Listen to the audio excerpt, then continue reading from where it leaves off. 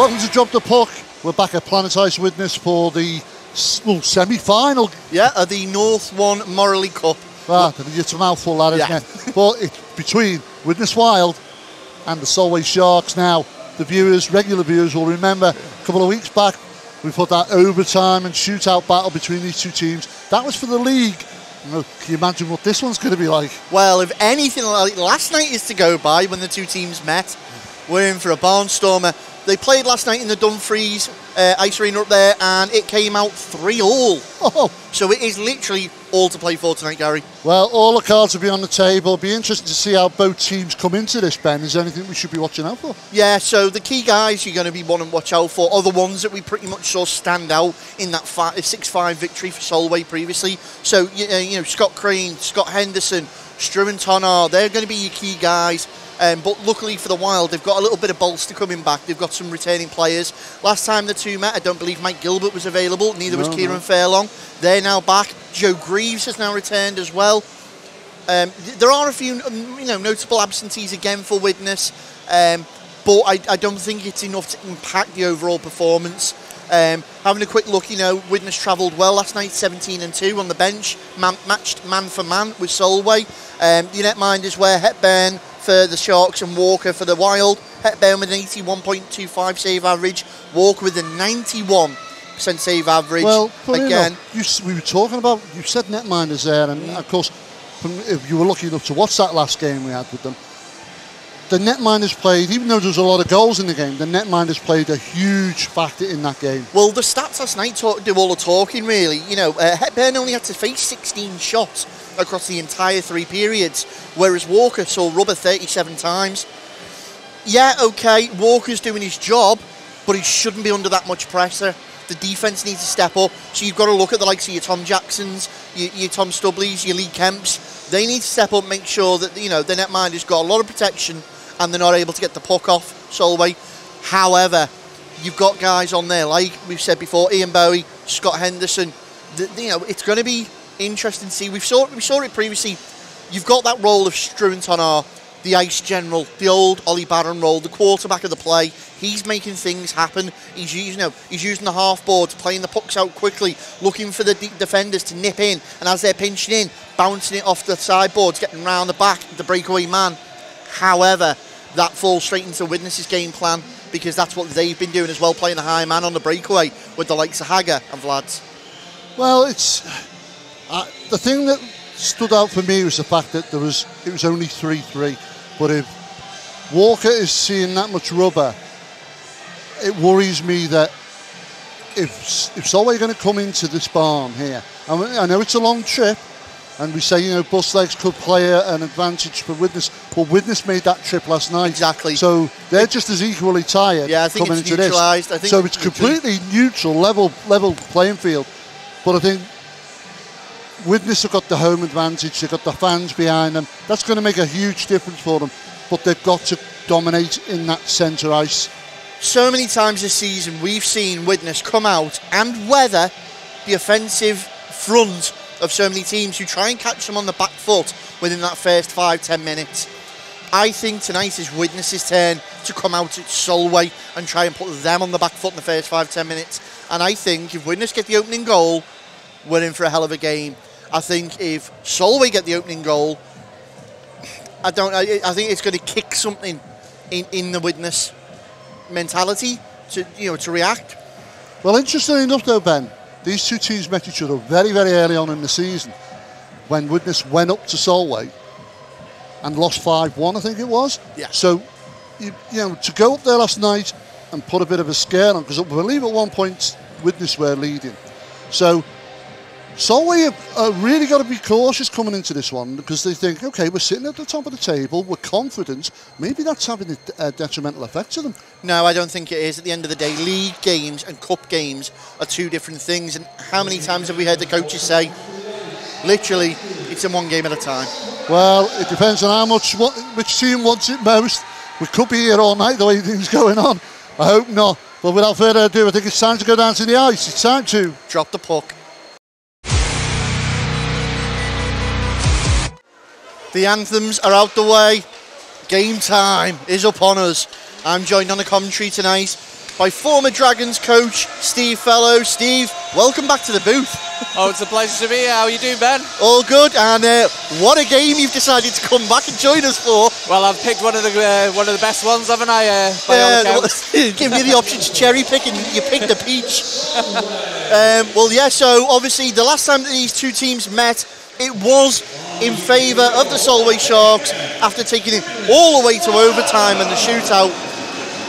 And we can see there the man of the match for the Solway Sharks at that time, Callum Hepburn, is in net again for them as they look to start strong between the pipes.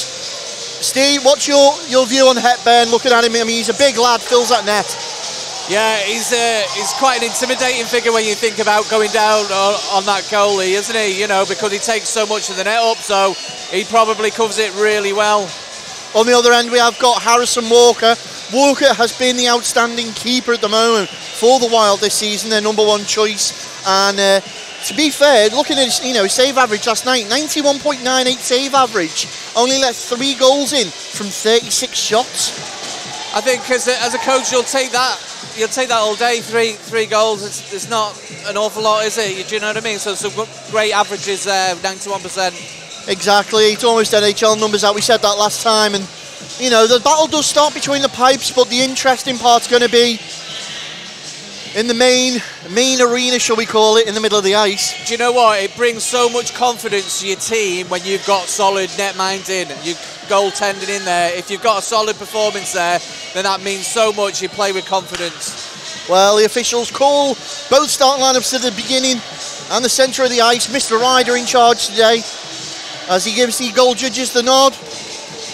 Steve, I think it's about time we drop the puck.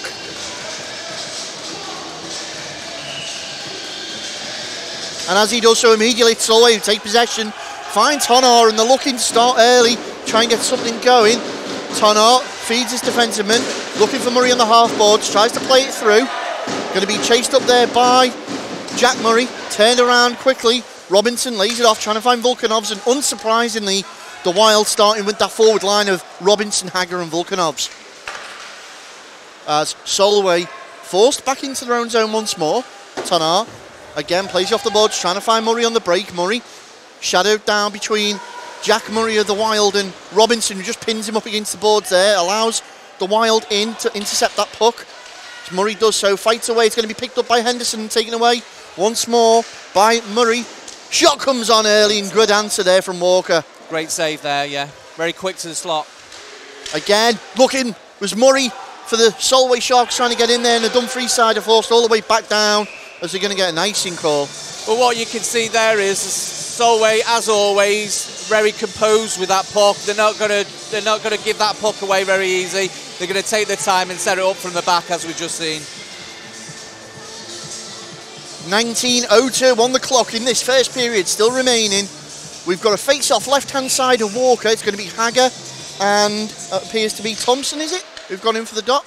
Aye, looks that way. Yep. In fact, it was Houston, confirmed there, number 16. But either way, it's come out on the yellow stick, which is what we want if you're a Wild fan. Wilcox decides to dump that into the corner, but it's intercepted through all the traffic and neutral ice. Again, dumped in the corner there by Hagger.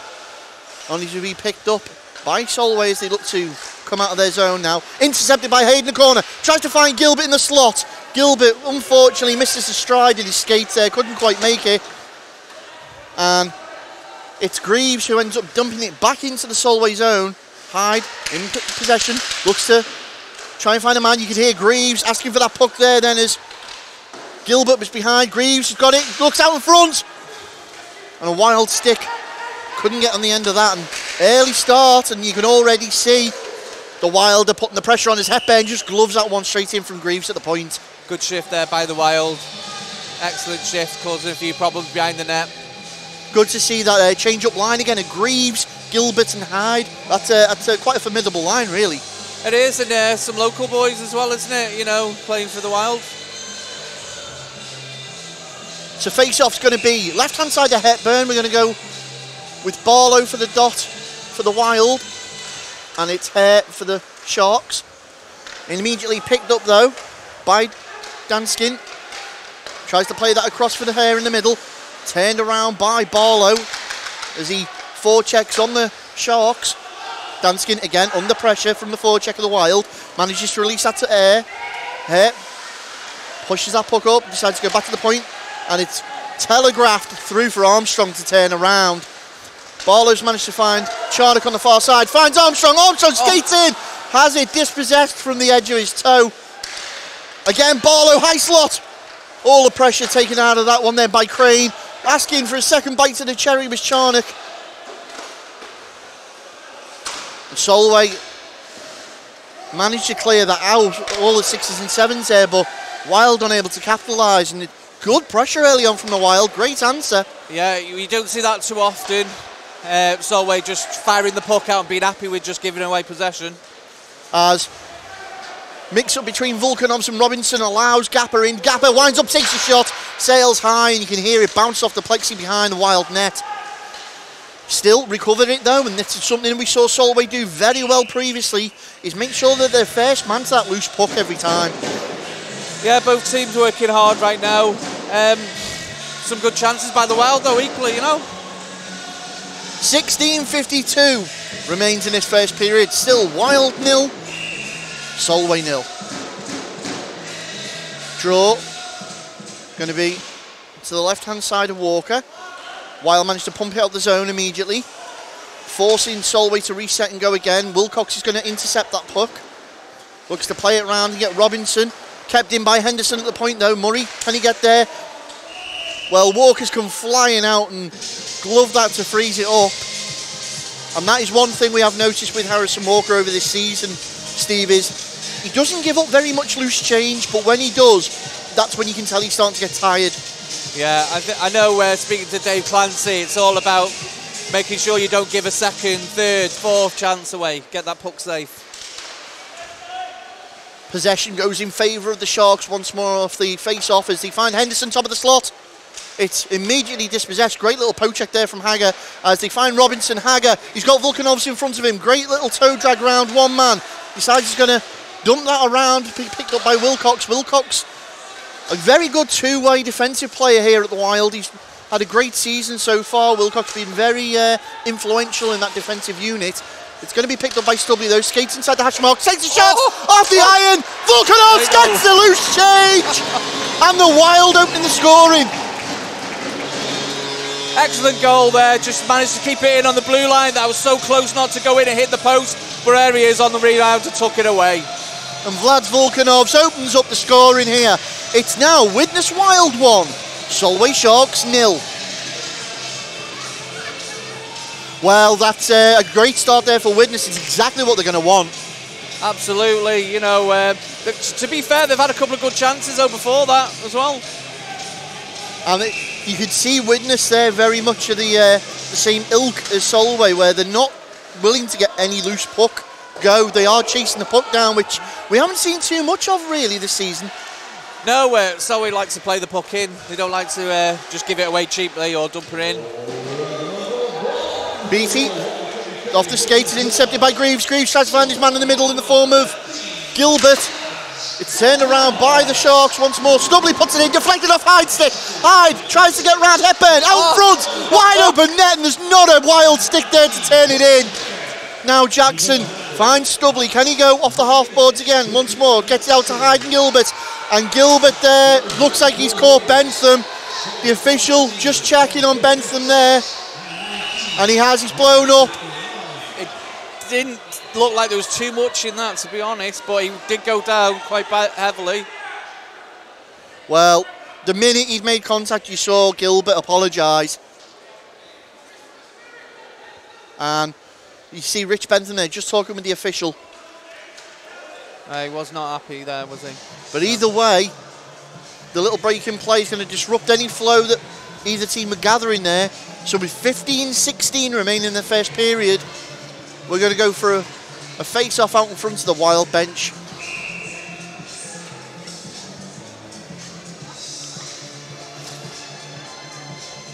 So Barlow looks like he's going in there for the Wild, and again it's air for the Sharks. Big golf swing by Barlow to deny the puck being dumped in. It's turned around and we're looking to break forward with Fairlong. Dumped on net by Crane of the Sharks. Charnock's going to be back to intercept that.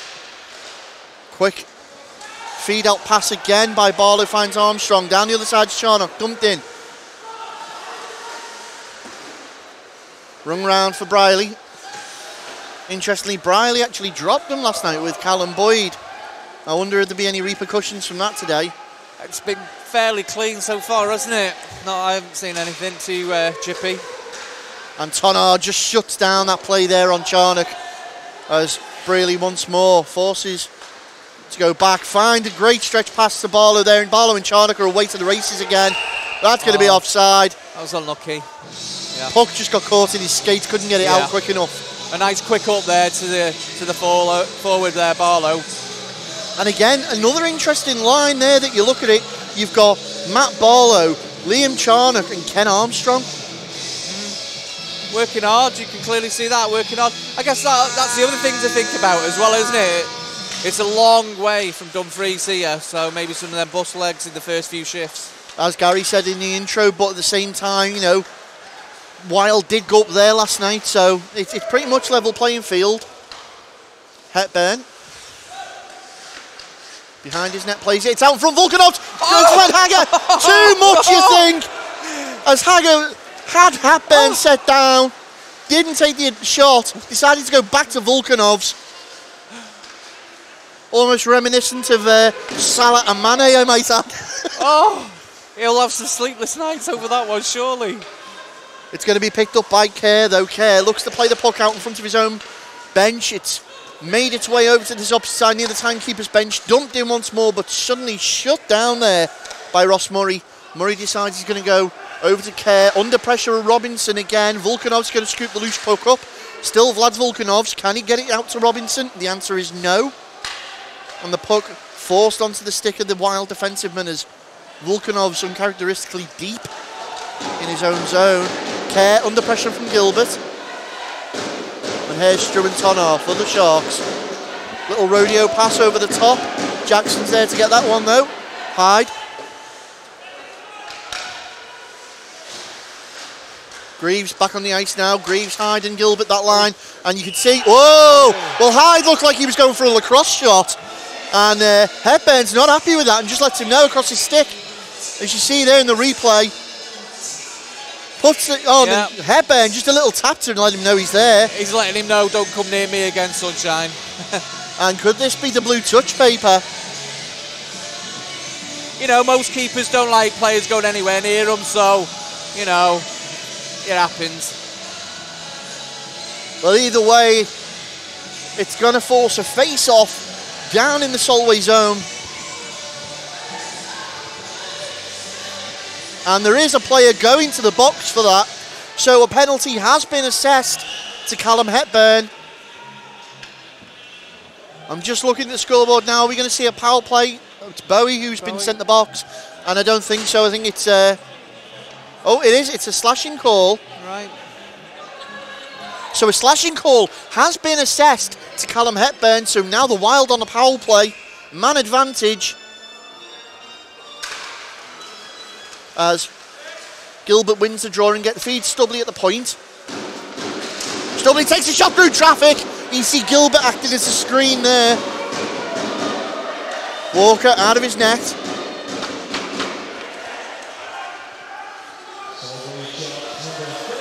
Fannon on the pass there and picked up by Charnock.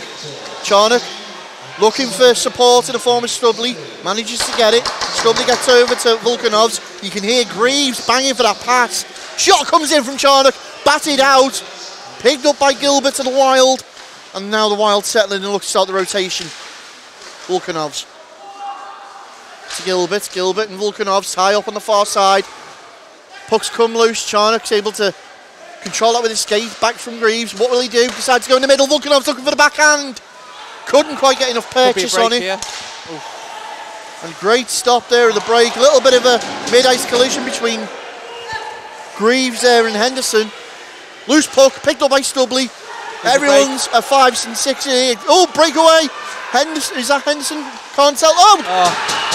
No, Houston, apologies. It's Houston.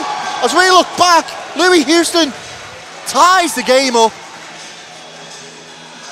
Well, he's wide open, Steve. Yeah, nice little shimmy there, one side. He went left, then to the right, and then put it in on the open net. Nice goal.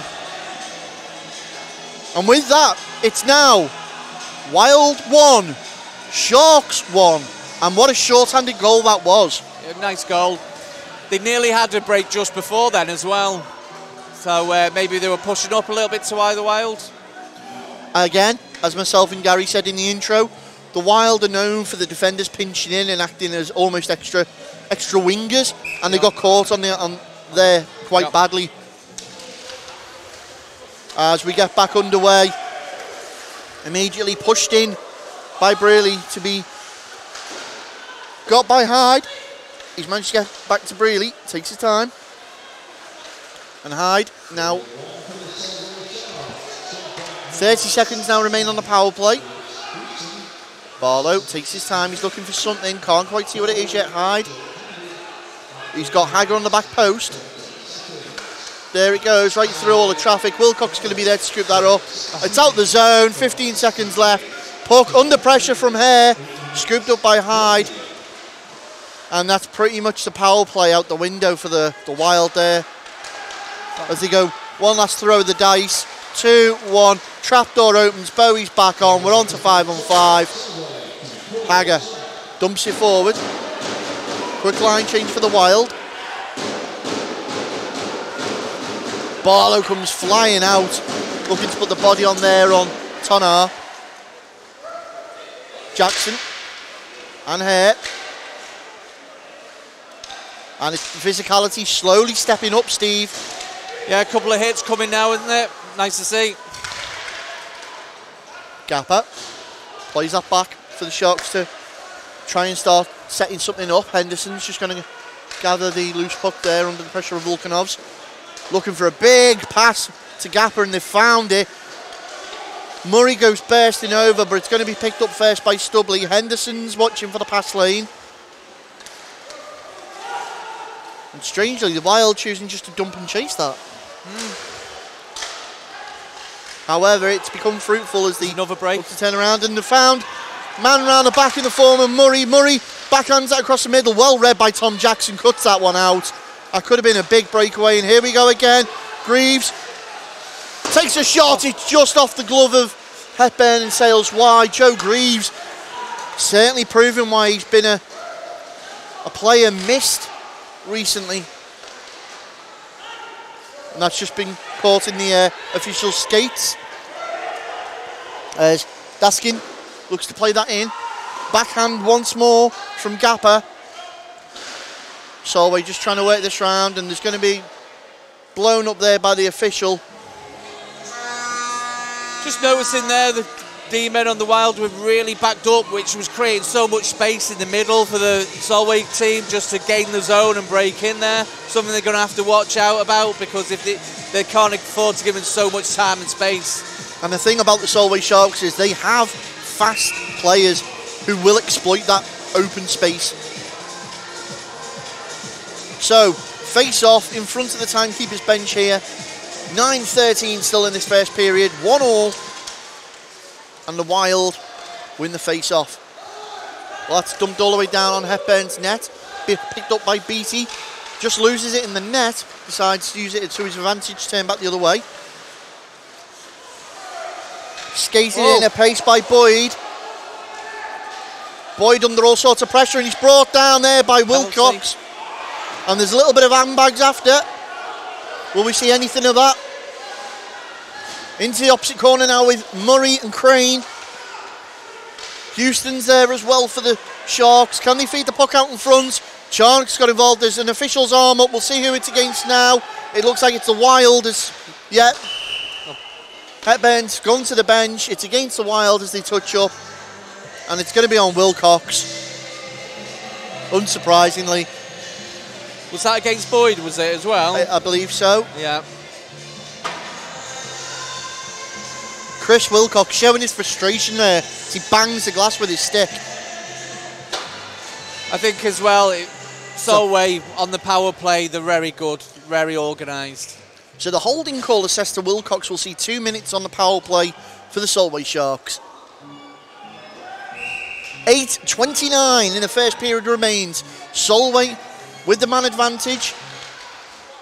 Position down in the Widnes end as they look to clear that out with Brierley. Kept in by Tonar. And as Steve said, the very clinical Solway on the power play. You can see that now. A lot of tape-to-tape passing. Looking to cycle the puck well, find that open space. Managed to get a shot off through the channel, but it's saved by Walker. Now Stubley putting the body on. Tonar deflected from Volkanovs. And the Wild taking nothing here, letting the Solway know they're in for a game. It is, isn't it? Yeah. Solid round the front of the net there, protecting the goalkeeper. That's what they want to see. 1:29 on the power play. 7:58 remain in this first period. Still, Widnes Wild 1, Solway Sharks 1. It's going to be Bowie and Barlow that go in for the draw. Bowie wins that one. Henderson decides to let it go for Tonar. Back to Henderson. Tonar looking for an opportunity. You can hear Wilcox shouting support from his penalty box currently. As the Wild desperately trying to dispossess Solway but not overcommit. And they've managed to clear the zone. Barlow tries to put pressure on Tonar. It's now a three-man situation. He gets back. Henderson takes a shot. Blocked by Jackson. Gapper's there to pick up the loose change though. Another shot in under the leg pads of Walker, and that's a great stop. That'll give him great confidence there. He didn't know an awful lot about that, but he was in the right position at the right time. Well, there's 46 seconds left of the man advantage here for Solway to try and capitalise. They could just see through the next 45 seconds, 46 seconds. Like it's quite end-to-end really, isn't it, Ben? Very much so. As we go for a face-off, left-hand side of Walker. Won again by Solway, who take the puck out, and that's a clear offside. Yeah. So with 4 seconds on the clock chewed up, Solway do themselves no favours and force a face-off down in the other zone. Yeah, deliberate offside there. He was trying to be a bit sneaky by bringing it back in. I don't know what he's arguing about. It's a deliberate one. Where he went out, he tried to bring it back in. So it was as clear as day. Murray not happy about that. So now down in the Solway zone, Gilbert's going to go in for the face-off there for the Wild. And the Wild able to just dump that puck in. Houston was the opposing number that Gilbert went up against, the two number 16s.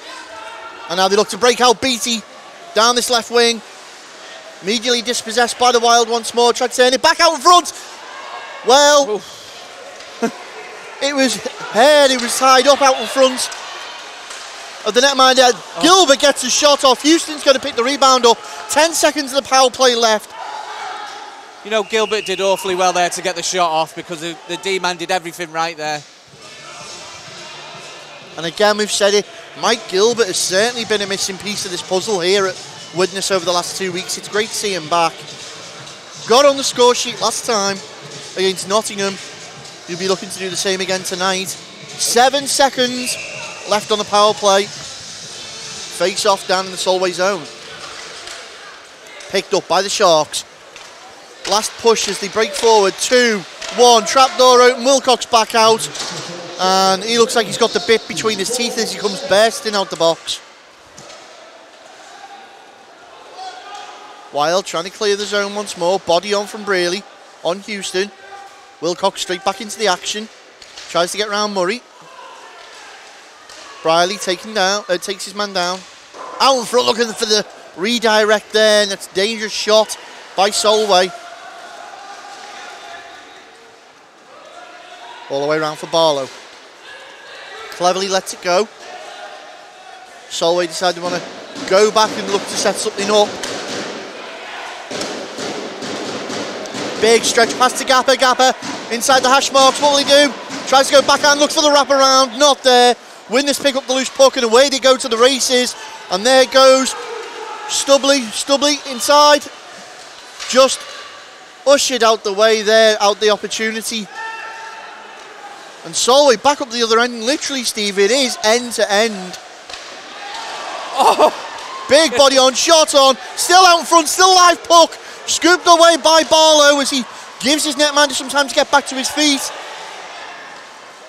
And here come the Wild on the counter. Charnock. Well, Barlow didn't look like he was ready for that one. Either way, it's a 3-on-2 situation. Barlow forced to get back now.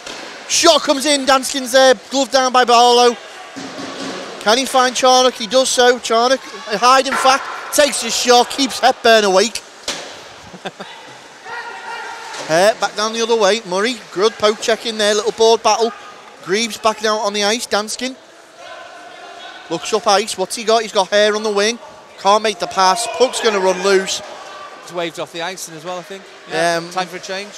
Quick line change by both sides. 4:30 now remains in this first period.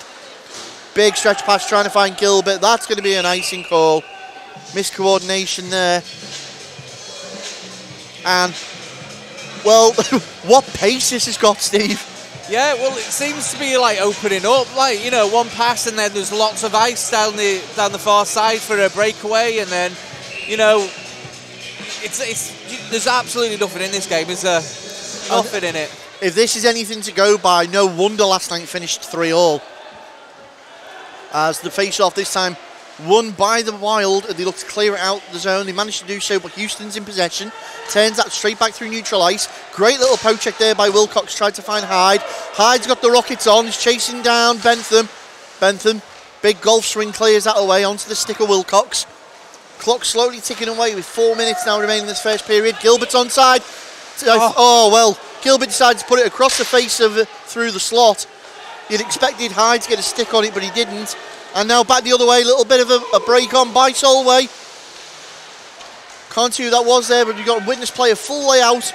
Great shot by Tonar, and another stop by Walker. And this, Steve, this is why those stats read like they do last night. And they've managed to make it count. Greaves isn't happy. Tonar and Greaves have gone.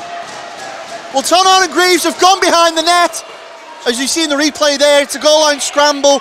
They managed to poke it in, but while all that's gone on, Joe Greaves has given Tonar a little shove in the face. Well, it'd been brewing to say the least.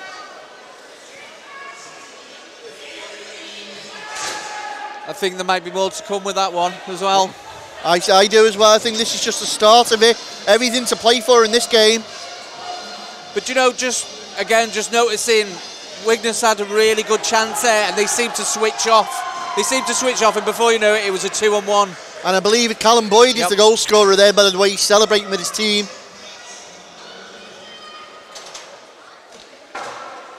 Well, either way, this could be the start, or the first course, if you'd like, Steve, of what's going to be an absolutely tasty fixture.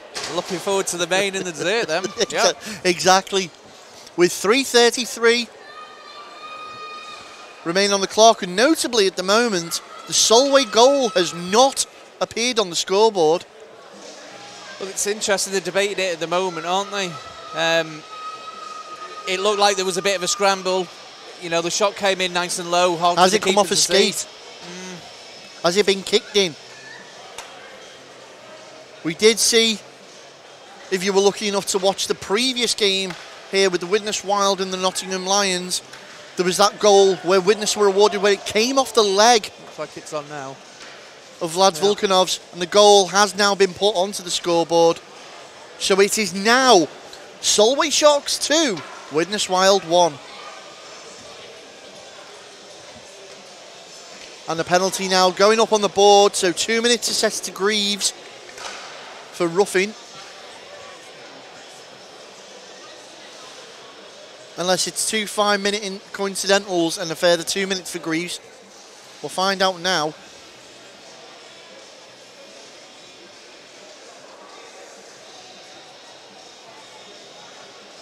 But either way, Steve, it's been bubbling just below the surface since the physicality stepped up a little bit.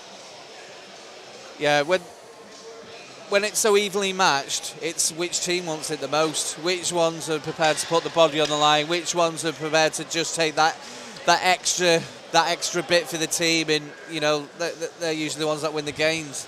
And interestingly, Jay Robinson has just skated off the ice for the Wild and gone straight to the locker room. I don't know if he's carrying a knock there or whether they've assessed a penalty to Greaves. So he's going off because we've only got 3:33 left in the period.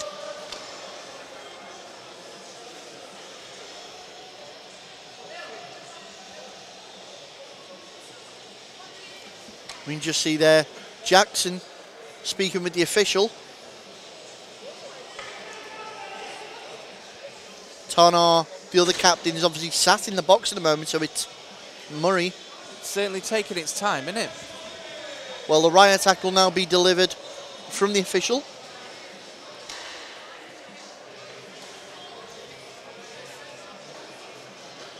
Okay, looks like he's saying 94, 2 minutes for roughing.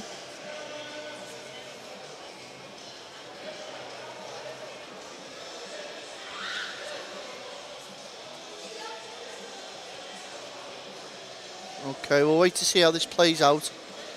Again though, guys, watching Drop the Puck is absolutely amazing and we really do appreciate it, but it's nothing compared to actually being down here at the rink watching the game live. Make sure you go into the NIHL website, find where your local team is and going down and supporting the guys, because I'm pretty sure they'll be very appreciative of it.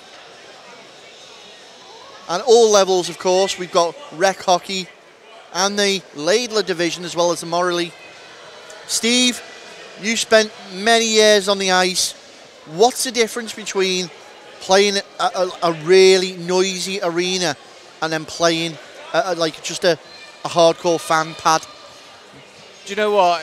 It's like, it's a great feeling skating out in front of your home fans. We've had some great games here in when we used to play against the Wild.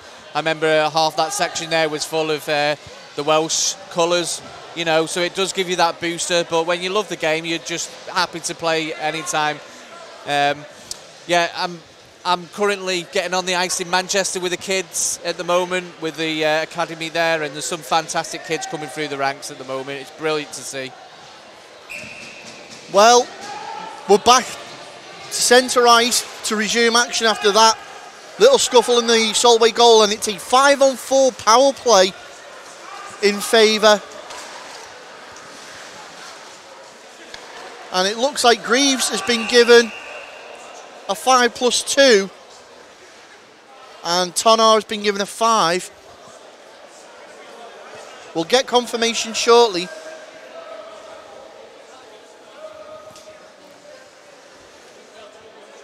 Either way.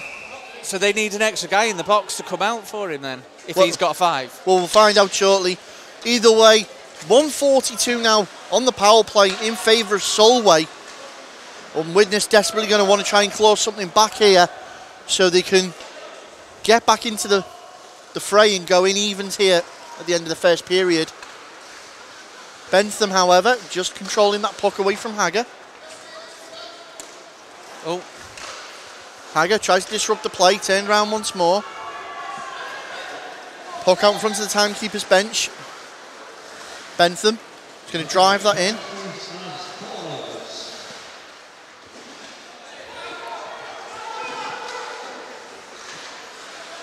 Solway trying to play that in the corner.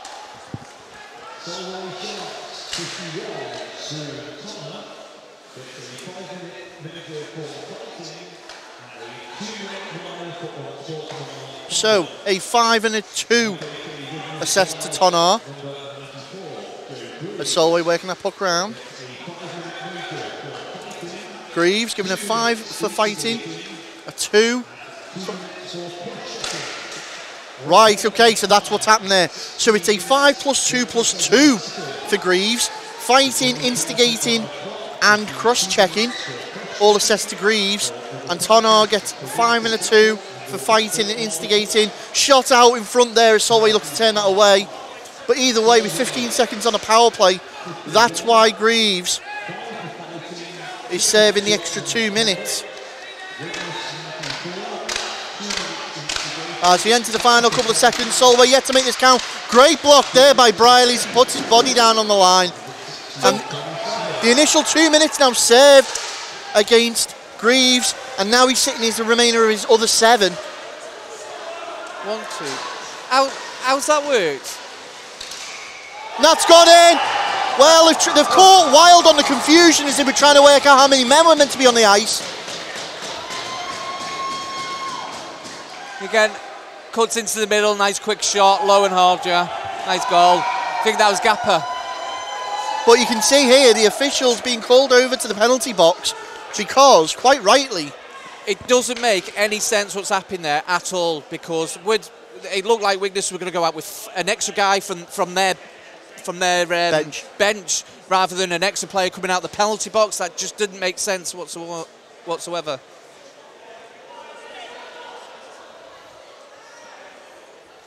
So they're having a word with the officials now to find out how this is going to play out.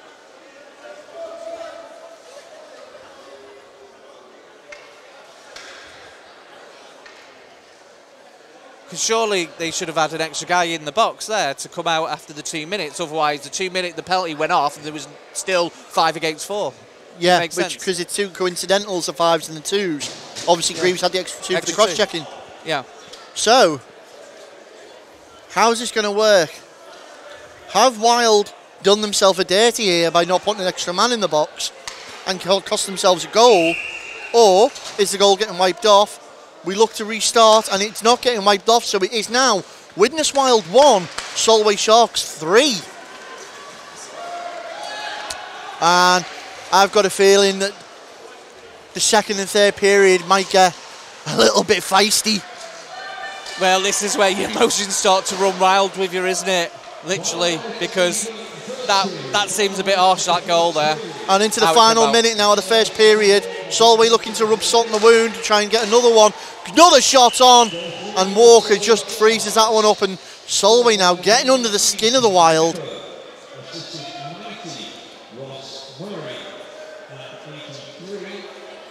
Well, 50 seconds remain in this first period, and it seems like the script's gone out the window.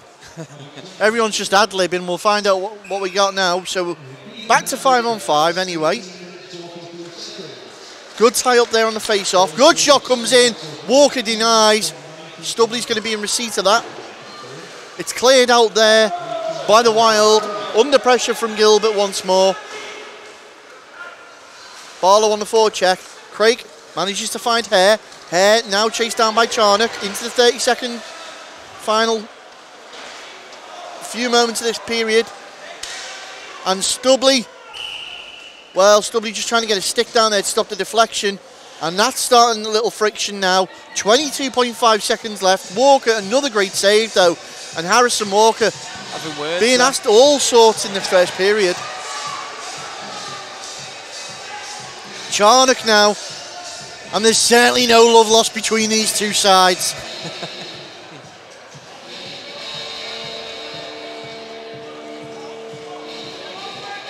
So, face-off between Hagger and Henderson. And that's immediately blown dead. I don't know if the official's looking at the clock or he's saying he was out the hash marks on the restart. But either way, we'll go again. Take 2. Right-hand side of Walker.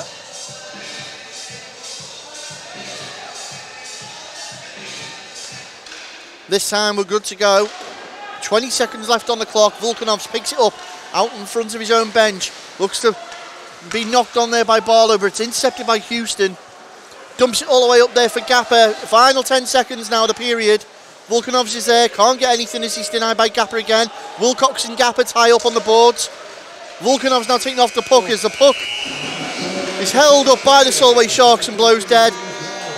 And Steve, what a first period that's been. That was a great first period. Do you know what? It was just really confusing there with that last goal. It did make sense with regards to the penalty, but do you know what? There was nothing really in that between the two teams.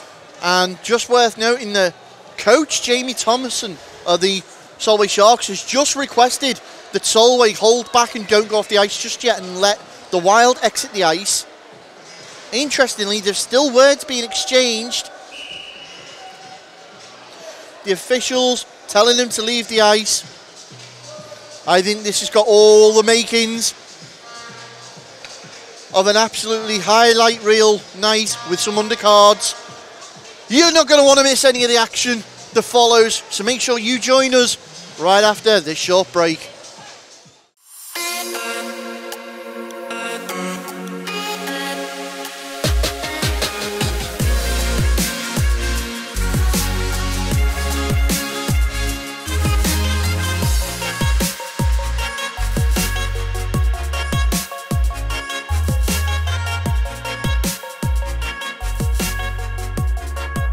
Brakes and Sons sponsor Drop the Puck.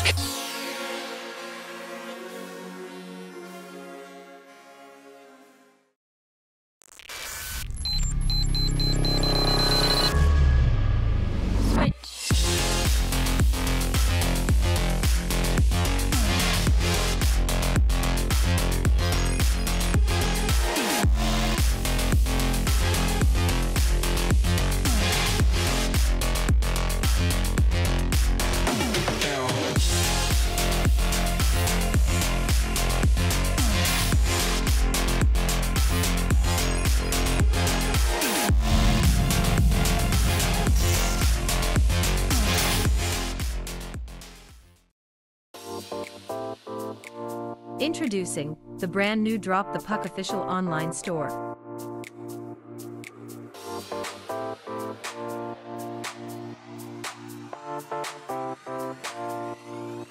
Choose from a wide variety of items including hoodies, t-shirts, and hats. Ranges include children and adults. Sizes from small to 5XL.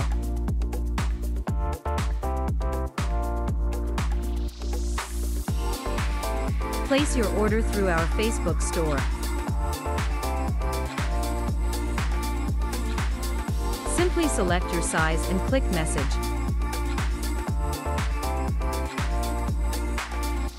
One of our team will assist you with your purchase. Drop the Puck official merchandise store, only on facebook.com/dropthepuck.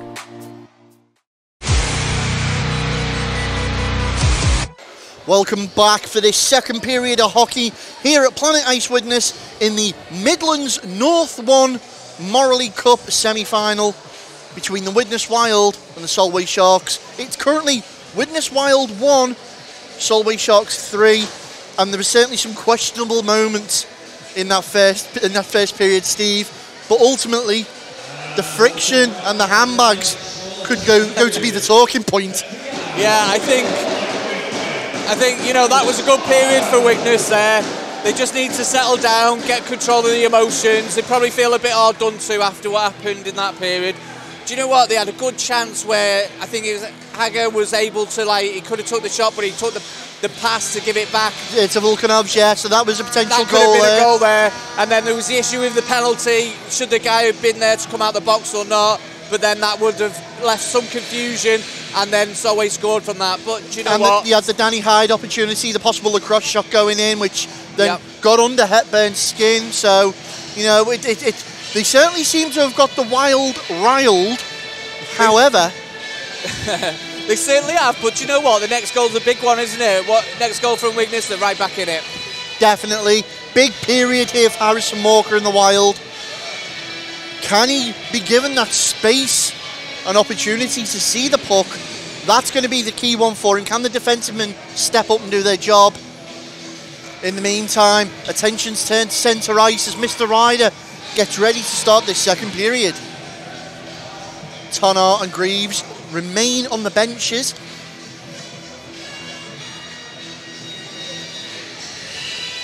He gives a signal, and he's dropped the puck, and away we go for this second period. Immediately out on the break, Volkanovs charging forward, takes a shot just over the bar, and Callum Hepburn having to react to that quickly. Murray trying to clear it away. It's fallen onto the stick of Charnock, and this is an interesting line to come out with. Looking around quickly, you've got Volkanovs, Charnock, Hager, Wilcox and Murray Well, Jay Robinson's obviously not returned out onto this line. The shot comes in again. Second one from Hagger. He's found it back in the net. Hagger gets the rebound.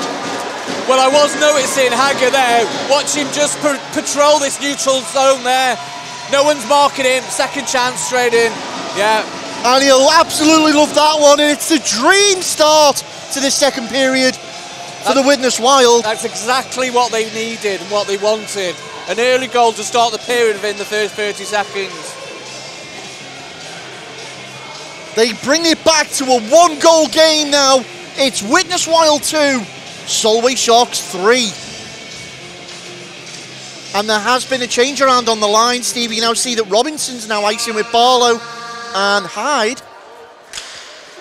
So, are they trying to match man for man, do you think? Possibly, yeah. Boyd knocks that on for Solway. It's woken the fans up here at Planet Ice Widnes. Robinson, well, he tried to get the stride on Bentham there. And it's getting tasty again against these boards. Jackson came away from that challenge holding his face. Bowie dumps it around for Beattie, backhands it for Boyd. Boyd got Jackson to get round, manages to do so. He's brought down by Barlow, finishes his check. The hands up, it's going to be a tripping call on Barlow when the play stops. Either way though, Solway was still on the attack until that point there with Hyde touching the puck up. And it's Jackson who's getting, well, Jackson's talking to the ref. Barlow's making his way to the box. Yeah, looked like it was a good penalty because he just managed to get through on the goal. I think that penalty stopped him from having a shot.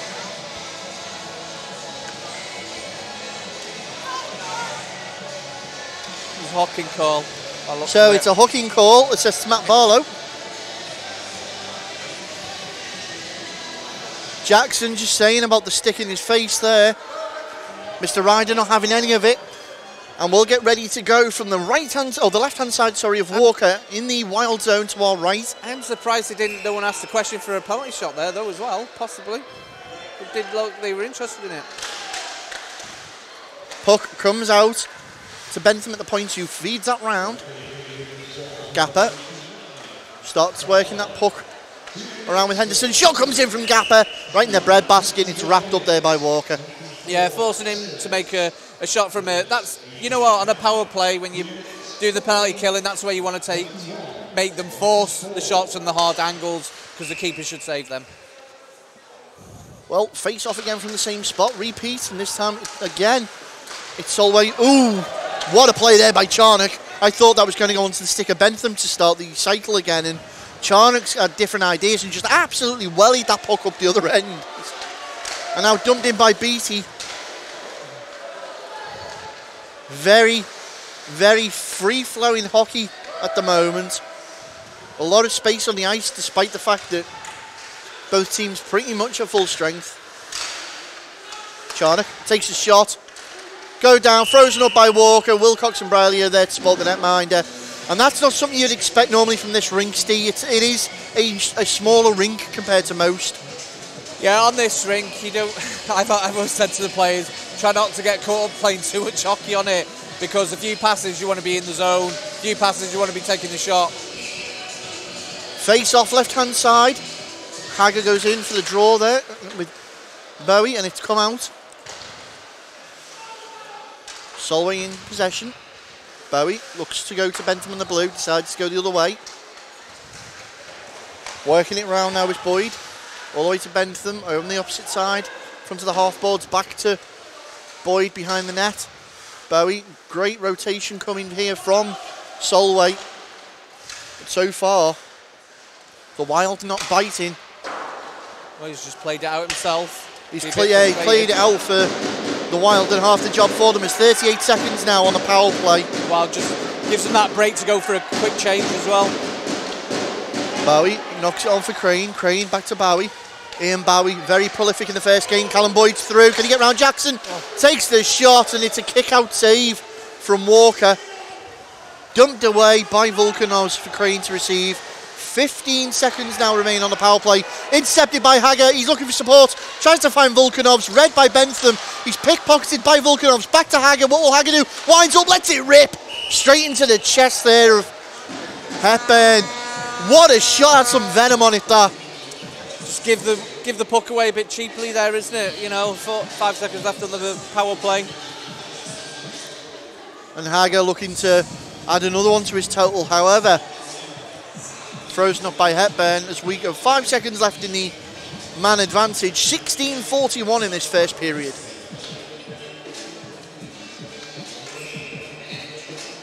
Henderson and Gilbert. Charnock's going to skate in. Clock runs out. Barlow's back on. Back to 5-on-5. Stubley holds his man up there in the blue. Allows for the Wild to get back. Gapper knocks it on straight onto the net. Stubley's going to be there to pick up the rebound, however. Barlow can't quite get what he wanted to as the official was in the way. Looks to go back on net was Gapper.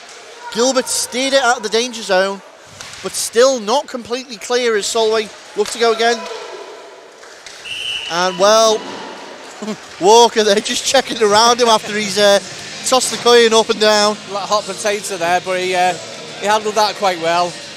We are seeing quite, from the Solway team, quite a lot of these shots coming from the point, just nice and low, and they're looking for a rebound or a scramble in front. Yeah, maybe they think Walker's not so comfortable and will spill up, and that's what they're looking for. Either way, we're going to go for a face-off, left-hand side of Walker between Hager and Houston. And Houston comes out the victor of that one. Although Widnes very quick to regain possession with Wilcox, who's brought down by Boyd. Looks like there's going to be a penalty. And Houston takes the shot on net anyway. But that's going to be on Callum Boyd. It's a holding call. It certainly looked like a penalty from this angle, didn't it? Well, no sooner have they been on the advantage, they're now on the receiving end. Callum Boyd goes to the box, 2 minutes for holding. He's certainly not happy about that. However, Widnes Wild now on the power play. Steve, man advantage, plenty of time left in the period. You've got to fancy trying to claw one back now and get back into the game. Well, one goal and it's 3-3, isn't it? But the one thing I would say from watching these power plays is there does seem to be a bit of a vulnerability that if that pass doesn't go tape to tape, there's a breakaway. So yeah, it's got to be watertight on the passing. It's got to be tight, yeah. Greaves chomping at the bit to get out of the box as soon as he has the opportunity to. Volkanovs works that round with Charnock. Picked up by Hager. Lets it go for Stubley. Stubley walking the line. Decides to let it go back to Hager. Takes a shot. Looking through. And there's the loose puck. Exactly as you called it, Steve. Yep. Houston jumps on that. Turn back around. Hager intercepts that back. And now, under the pressure here in Houston, Widnes forced to return and set up again. Charnock, absolute bulldozer when he wants to be. He's got the jets on there, hasn't he? Let's go for Stubley. Beattie just done enough to get in there. Back to Charnock. Stubley. Over to Hager. All Hager do now, he slams on the brakes. Charnock skating in. Let it go for Volkanovs. Loose puck again, the high man, you can see Houston. Shot comes in, it's in, Volkanovs! Having that high guy definitely paid off.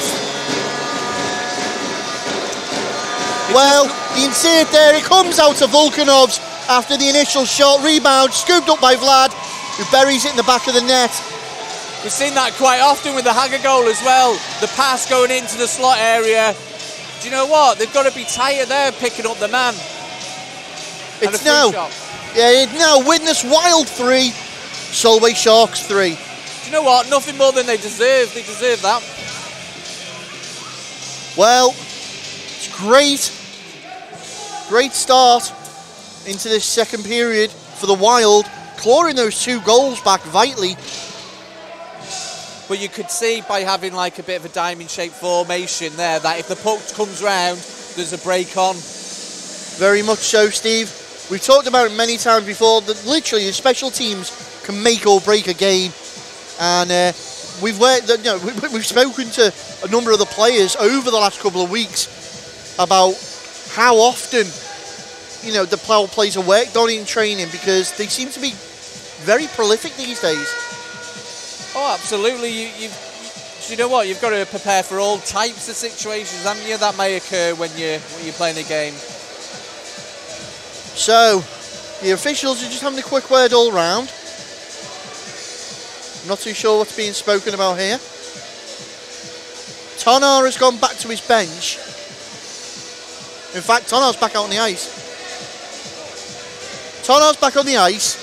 We've got Greaves, who's still sat in the box. And now the officials are back at the timekeeper's bench. We're not sure exactly what's going on. Yeah, not too sure. And potentially... They've obviously given a goal, though. We're on a quick change there, last second. Murray for Brearley. This is going to be interesting. There's something about to go down. I was expecting maybe some gloves to drop there off the old face-off then. The old mitts. Either way, Solway back on the break now with Murray down the left-hand side. Murray looking to cut inside. Puts it right in the danger zone there. Asks Walker a question. Answered. Turned away by Hyde. Solway, keep that in. That went out. I think it went out. Referee's got that. Yeah. No, he's got his hand up, yeah. Yeah. And that was tight. That was really tight, that one. Yeah, very lucky. Well, we'll see. Greaves back onto the ice as well now.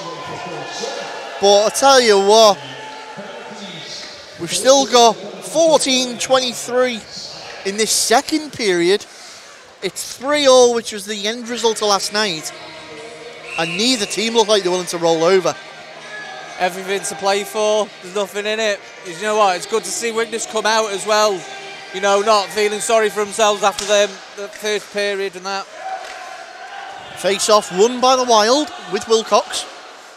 Looks to play that. Oh, and that's gone into the timekeeper's bench. At a very tight angle. That's an early Christmas present for someone. Bump on the head. Well, we're going to go back down to the Wild zone now. Face-off 14-15 remain in this second period. I've got to ask Steve, the Dragons haven't iced for almost a year now. Do you miss being out there? Devastated. It's just such a shame, but what can you do, eh? Volkanovs tries to find Charnock. Well, it was a great play there. It was almost textbook. Tried to find Volkanovs again. Wilcox is back around the boards. Charnock tries to play it through. Tie up in the corner. Who's going to come out with the puck? And the play's blown dead as the official loses sight. Well, working hard these corners, aren't they? Again, very close there. Interesting though. Chewed more time on the clock. Who's going to be the team who gets the next breakaway goal? It's hard to tell at this stage. It is. I can't call it. Can't call it at all. Fans trying to get behind the team here at Planet Ice Widnes.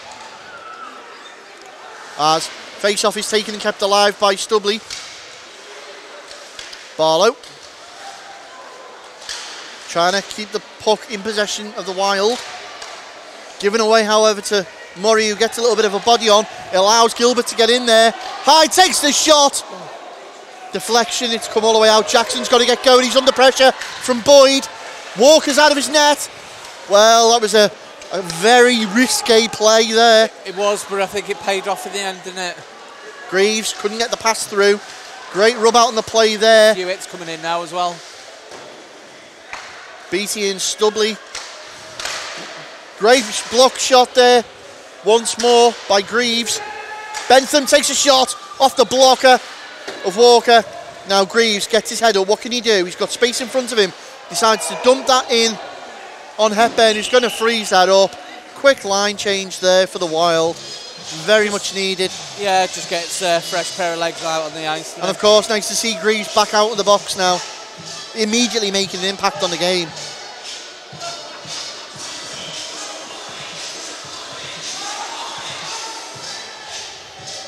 .12:48 in the period. Face off. These changes need to hurry up.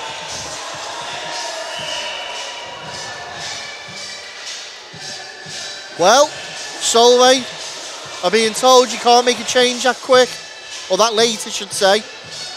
So now Thompson being told to return to the ice. 12:48 left, right hand side of Hepburn. Hagger goes in for the draw for the Wild. Shot comes in from Murray, it's spilled out in front. Still trying to get it on net. Solway have turned it around the corner though, out of the danger zone. Off the skater Robinson. And now the familiar face of Robinson and Hagger skate with each other again, this time accompanied by Hyde. As he just puts the body on there, Jay in the corner. Robinson takes a shot, sails wide, gets the rebound, puts it back in as well from Hyde.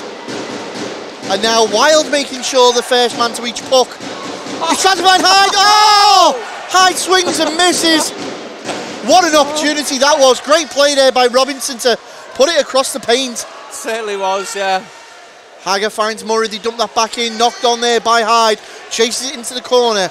Forecheck on Kerr, puck comes round, allows Charnock to scoop that up. Can't be cleared by Crane. Again, right out in front of timekeeper's bench, little ruck on the boards. Barlow fighting away. And it was really fighting away there for the Sharks. And what a shot, and well, some good work there from Barlow, using his strength to battle through and get the puck in there and win it. What you can't say, Steve, is you can't say any of these lads are doing a half-assed shift. Each one of them is skating to the full at the moment. You know what? You're absolutely right there. When you're watching this, you can see everyone's working hard. Every shift counts, and that's what you want by your players. Yeah. This game absolutely brilliant for the neutrals. With 11:30 remaining, 3 apiece, still anyone's game. And that was BT loses the puck there. It's on your feet, son, on your feet. Well, shot comes on by the Wild there. Late response by the keeper, he didn't see that very well. As they look to break, Brearley puts the body on there, creates a little bit of separation on Gapper. It's come round for Charnock, who gets the body on for Murray. Volkanovs and Henderson. Oh, Gapper's brought down there. It's good job he did have that cage on. Yeah. And there's going to be repercussion, I think, for this. Well, it was interesting. Oh, and there's certainly words being exchanged now with Brearley. Now, Brearley did drop him last night. Bentham coming over to have a word. Would not surprise me if Rich Bentham got involved. Let's keep our eyes on that one. But Brearley being told to get to the bench. I think that's a very sensible move. Hepburn skating around. In fact, Wilcox has been, oh no, not Wilcox, Furlong's been sent to the bench. Yeah, I don't think there's much to argue really. The stick came up high. Do you know what? It's probably a blessing he did have that cage on, because if he cut his mouth, he would have had a 5. So Kieran Furlong sits, 2 minutes for high sticking, and the Solway Sharks go back on the power play. Which is something you do not want. No, not especially at the moment when you've had all that momentum. Do you know what? That's exactly the word I was thinking. The momentum can shift now.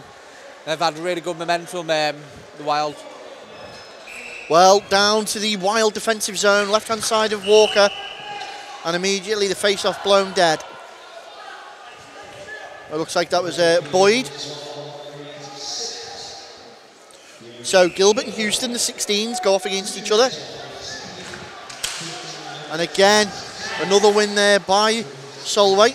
Shot comes in, block saved by Walker, and that's going to go up and out of play. Yeah. And it's chewed up 9 seconds nicely for the Wild.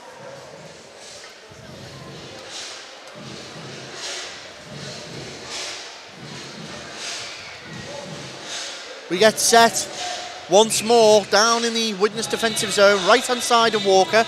1:51 remaining on the power play. The penalty assessed to Furlong for high stick.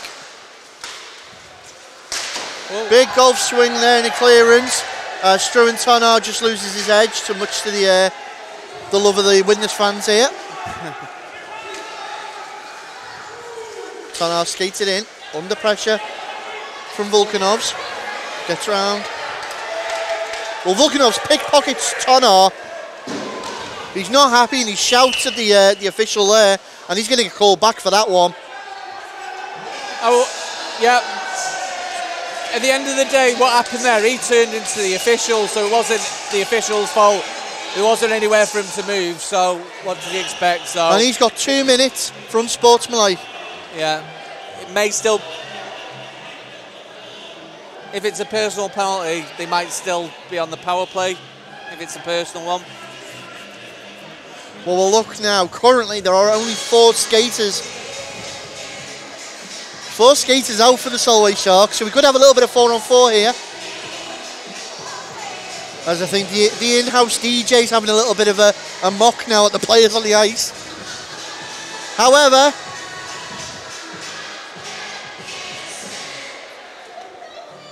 you see the officials there. Deep consultation with the Solway players. Tell you what, as well, I've noticed Bentham's chewing up quite a lot of the ice time for Solway. Every time I look, he's out on the ice. Bentham here getting extended shifts. Yeah. And he's been playing in defence as well. He used to play forward, didn't he? As far as I'm aware, so it is a bit of 4-on-4 hockey. In fact, is it 4-on-4 or is it 4-on-4? Yeah, 4-on-4. Yeah, 4. Couldn't see Wilcox here hiding behind the fans. Open ice that seemed open already. And now Solway looking to break forward. Shot comes in. Walker didn't have too much of that, but it sailed wide. So yeah, abuse of the official is what's been assessed to Tonar. Charnock's getting over there. Can he beat Kerr out? No, he can't. Solway looks to play that forward once more with Henderson. Hagger gets a stick in there. Hagger tries to get a stick. Kappa takes a shot off the glove of Walker. Wilcox finds Hagger. Hagger's away to the races. He's got Kerr to beat. Dumps it in. It's gone out of play by the look of it. They've called it dead. So 30 seconds left on the penalty assessed to Fairlong. 1:10 on the penalty assessed to Tonar. 9:24 in the period. So we could just hold out, isn't it? The Wild hold out for 30 seconds. They'll go on to the power play. And, you know, you've got to fancy it. You've got, what, about 40 seconds worth of man advantage?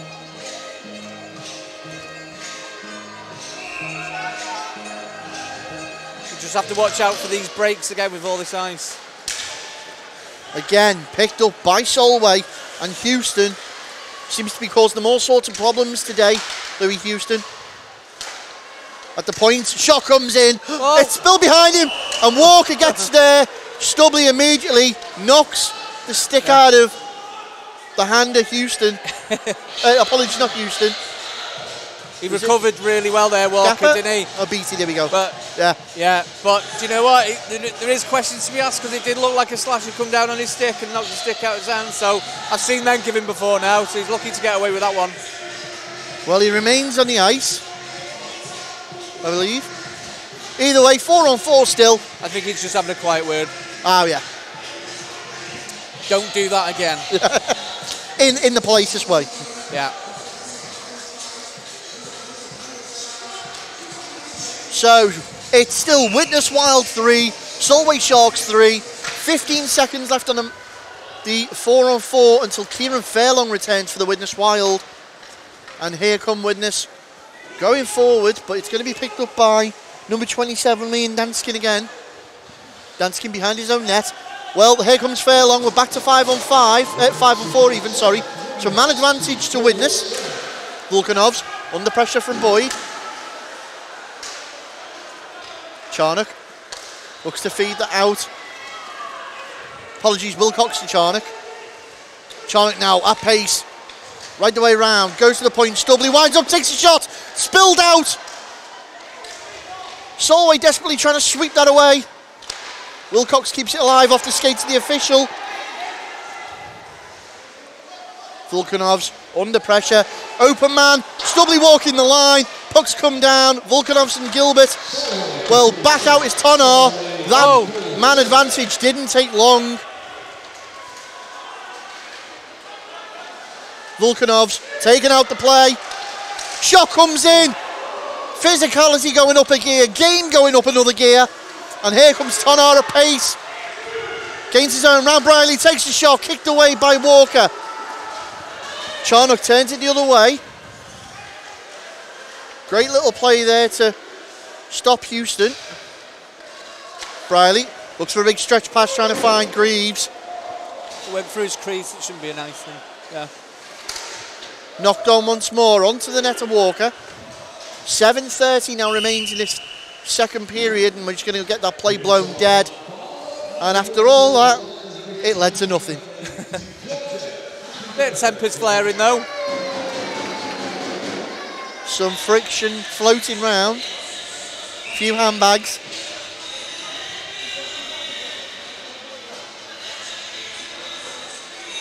Face off between Barlow and Henderson. The 289s. Greaves pushes the puck forward for Hagger. Decides to knock that forward. Greaves chases it into the corner for the Wild. Puts it back across. Hagger's going to get the loose puck. Will he have a one-time shot now? Controls it, puts it back through the crease. Wilcox skates onto it. Looking for the redirect. It's come off Kerr's skate. Back into the path of Hagger once more. And Hagger seems to be mixing it up tonight in all these lines he keeps to be getting in. Clearly working. Hagger, Barlow and Greaves is now the new line. Shot comes in from Murray.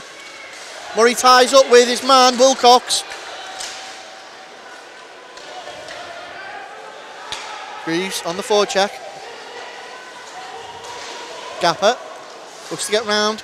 Charnock knocked on there. Great little bit of skill by Barlow. Just holds the play up. Bentham can't get through. Wilcox once more in possession. Uses the boards to hide. Tries to spin and clear that forward. It's come on to Walker, who's absolutely picked that out of the air. 6:23 remains in this second period. And what a save there, Harrison Walker.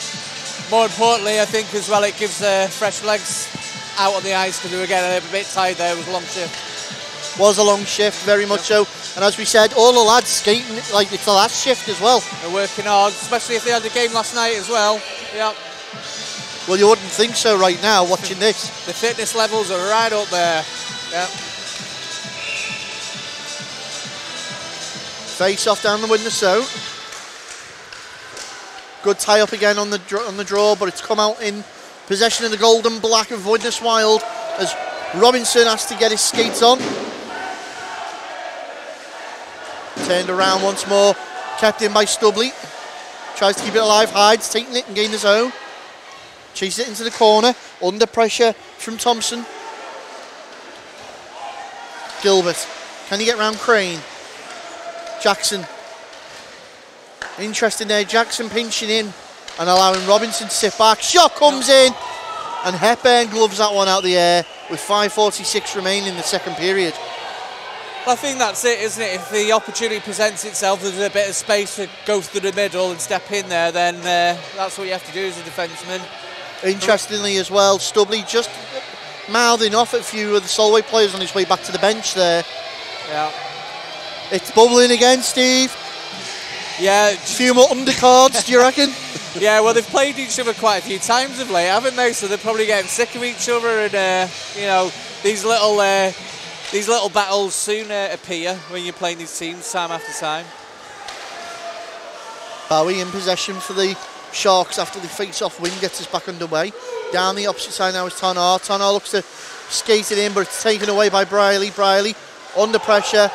Fairlong gets in there and clears out. Widnes can turn up ice once more. Boyd receives that puck, comes off the leg of Volkanovs.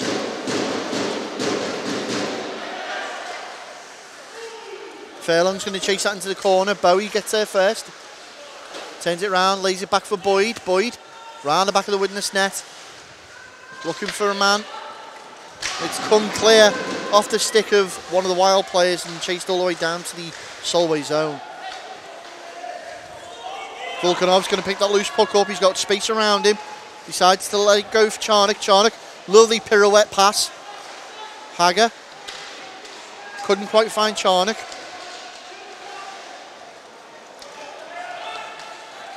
Murray's just going to be there to pump that forward once more. Hagger's taken off the puck there, and Volkanov's going to recover the loose one though. However, goes on the charge, looks to skate inside, backhand attempt, second bite of the cherry there from Hagger. Charnock skated in as Hepburn freezes that out. Yeah, I think it was just a collision more than a hit, but it did stop him in his tracks. So yeah, there was a bit of a call from the bench on that one, but yeah, nothing too serious. You see Rich Hagger's having a word with the officials there. He's not happy with it. Yeah, they're questioning it, but... So, 4:22 remaining in this second period. We're going to go for a face-off down in the Solway Shark zone. It'll be to the right-hand side of Hepburn. And it's going to be Henderson and Barlow that go in for this. Barlow pushes it into the corner for Bentham to get. Murray's over there now as it works its way around. Barlow gets his body all the way across from one side to the other. Henderson skates in. Henderson, it's out in front. It's on the line. It's on the line. Oh, it's cleared out. There's bodies are strewn everywhere. Yeah, referee couldn't see the puck, so he blew it, which was the right decision. But from our angle, we could just see it there creeping towards the line. Yeah, a little bit of open net there. All they've taken is a poke of a toe of a stick. Yeah. And either way, Wild used one of their 9 lives and lived to see another day. Maybe that's a bit of karma, Ben, from earlier. Yeah. Maybe so. The tides have turned. And normally at this stage of the game, you can see the ice tilting in one particular way, but it's a level playing field, as Gary said earlier on. Do you know what? Yeah, absolutely right. It's hard to call this one, isn't it? It's hard to call. Face off, left-hand side of Walker. Wild managed to push that as far as Bentham. Bentham decides to dump it in right into the glove of Walker once more. Maybe they're just going 2 lines a D because Bentham's back out on the ice again. He's earning his paycheck. 4:02 now remaining in the second period. And the action just slowly starting to simmer down now after all the excitement earlier. Face off once more, won by the Wild in the defensive zone. There's a Solway player down. Well, after the initial face off there, I can't tell, it looks like it's Murray.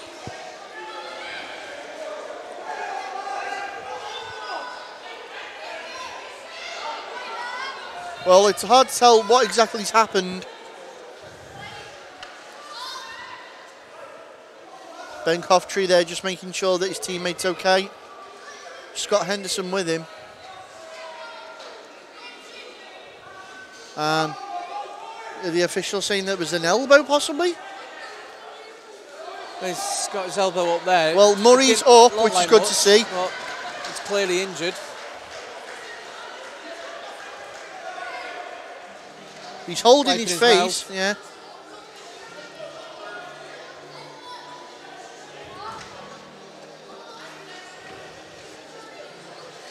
Well, we'll find out how that plays out shortly. Could that be the instigation of something? 3:57 remaining in this second period. Do you know, because it came straight from the face-off pretty much there, wasn't it? And everyone was flying in to try and win the puck, so it's an hard one. Really, it didn't look like there was... Especially from our angle. Yeah, it didn't look like anything that you could see to call. Just players going in hard. Well, Robinson and Boyd are sharing words now.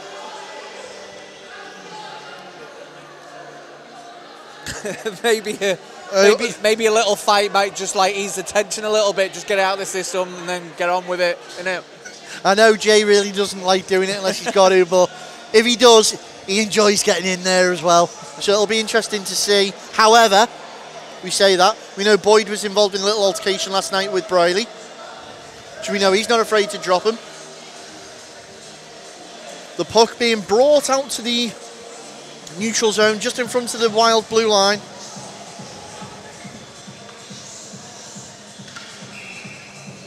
Hagger and Houston in for the draw. Puck cleared up the ice. Hyde, Robinson and Haggart now your front line. As Hyde tried to keep possession of that puck by sprawling out. Houston with the Rockets going again. Takes the shot, tries to put it in the middle. Nets off its moorings. Yeah. Well, you can see there, Walker jumped up to try and deflect the puck away, and he's caught the back. And now Boyd and Robinson. I think it looked like there was a bit of a push in the back, do you know, when they were all going to the net, so it started something. Well, Boyd waves mockingly at Robinson. The chirping continues. I still don't think we've seen the last of it, Steve. No, I haven't. As the officials just put the net back on the moorings. Boyd's certainly rattling on their way. And Gary mentioned it again early in the beginning. Those red button guys, Solway are very good at doing this. They understand who the instigators are and will sit there all day smashing them red buttons, drawing out the penalties. However, that's not to say that they haven't got a few of them themselves. Yeah, it also puts people off the game, isn't it? Because they're not playing the puck, they want to play the man all the time. Well, face-off picked up by Solway in the start there. Wilcox in a battle and a half on the boards.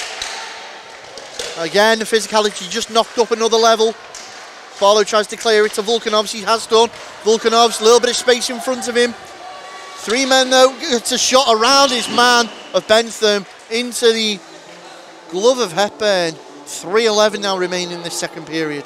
yeah, I think he was just happy to get over the zone and get a low shot in, might get something from it. Well, he's done his job, he's drawn a face-off out of it. Yep.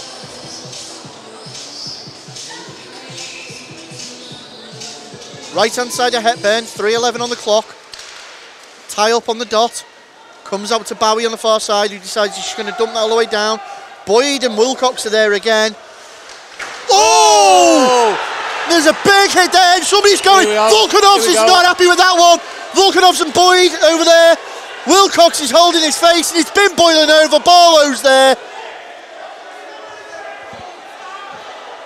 And Walker waving to Hepburn, offering him out. Wilcox, though, he's managed to, well, the fact, two things here. Wilcox is up under his own steam is one thing, and the fact he appears to be conscious is another. Callum Boyd's gone the box. What a hit that was, and I tell you what. Do you know what happened there? Again, they cleared it. It looked like it was going to be an icing call. The puck started to slow down. They called off the icing call, called it off, and he just turned. Joe Greaves just skating up to the box and saying, the minute you get out, son, you're mine. Yeah. This is going to be interesting. The main event has been chalked up. I'm surprised something didn't happen straight off the bat, because it was a bit of grabbing, but nothing really happened once that had happened. Usually there's a fight after that, isn't there? Well, Wilcox is up. Good to see. Yeah. You know, he turned last minute. He did turn last minute towards the boards, but it one of them where it didn't look very nice at all, did it? No, and usually there's repercussions from it like that. There is, certainly, and that's exactly what I was expecting. Now, the interesting one for me, while all that was going on, was the fact that Harrison Walker skated to the edge of his crease and was beckoning Callum Hepburn to meet him at centre ice. We haven't had a good goalie scrap since George Cox was on and dropped the puck. I remember that so well. That was a great scrap, wasn't it? Yeah, centre ice, great filming as well. Everyone loves the two tendies, but certainly now our attention must draw to the two benches, as you can pretty much sure there are battle lines being drawn. Yeah, and do you know what? We've still got another period to go. Oh, brilliant.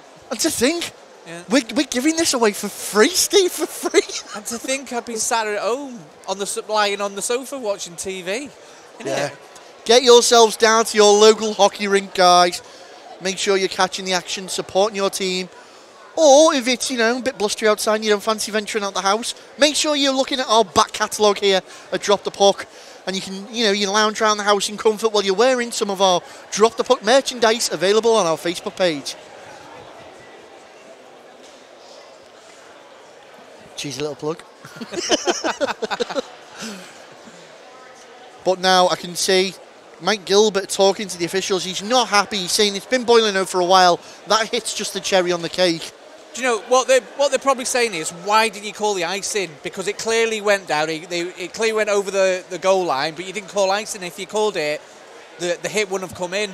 So they're probably aggrieved about the icing call. I can see why they never called it, because it did start to slow down. And what was he skating fast enough to get it, or was it a 50-50? So, but you know, it's one of them. So I'm going to draw on your experience now, Steve. Okay, as we just see on the clock there, 68 on the penalty board, 2 minutes on Callum Hepburn for boarding. You're coaching the Widnes Wild now. That's just happened. What are you saying on the bench to those guys?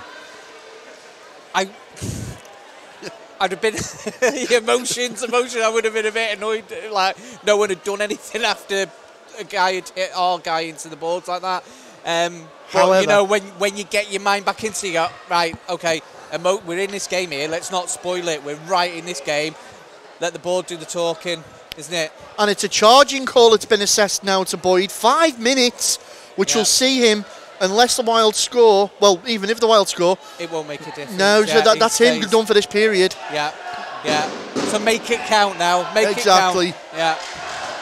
As action resumes once more in this absolute barnstormer of a game. Stubley's going to get back to get that one. Under the pressure of Houston. Volkanovs.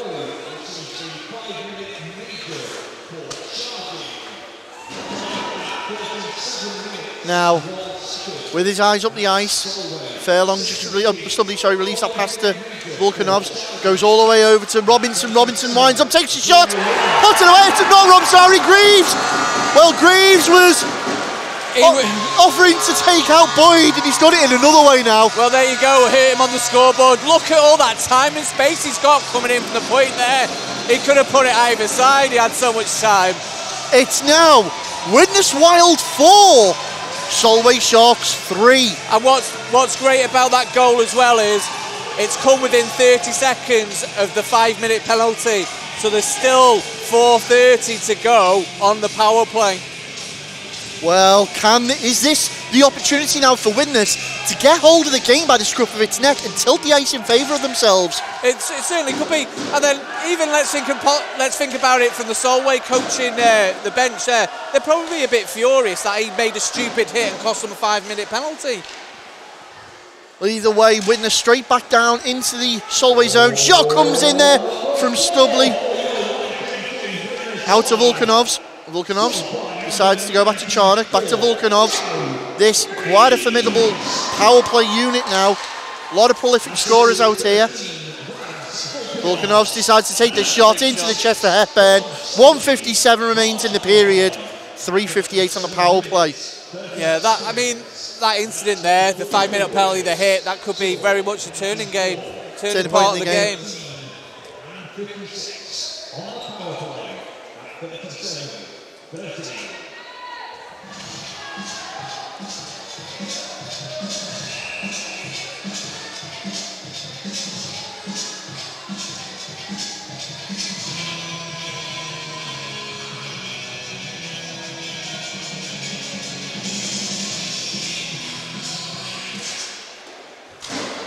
Well, the puck picked up off the face-off there, cleared literally onto the bullseye of Walker. That was a horrible one because it's bouncing around. It's horrible. Hager's going to scoop that up. They've got space. Can they get that pass away? The answer is no, as he's under pressure from Gapper. Briley gets the body on there. They've done enough to disrupt. Gapper takes a shot. And Walker didn't feel comfortable enough to put that back on the ice. No, just killing the clock, killing a bit of time to have a bit of a breather so they can go again. Still 1:34 on the clock.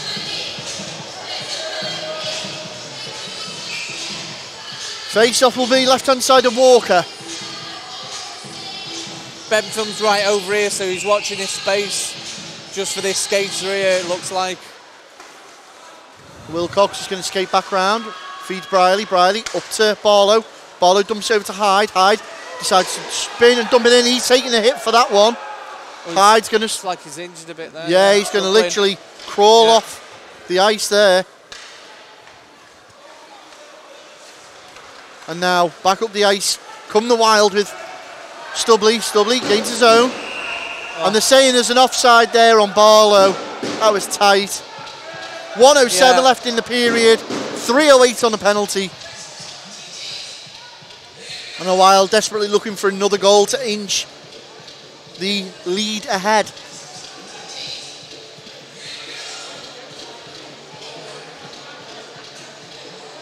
So we're going to get a face-off out in front of the Wild bench. The official just holding play up for a second. I think he spoke to the line judge there who saw that hit on Hyde. And he's just having a word with the coach now. Could this be at the end of the period? I want you to hold on. Possibly something boiling again, just like, yeah, who knows? There's been quite a lot of chatting to the keepers, to the coaches, to players, and that throughout the period, isn't there?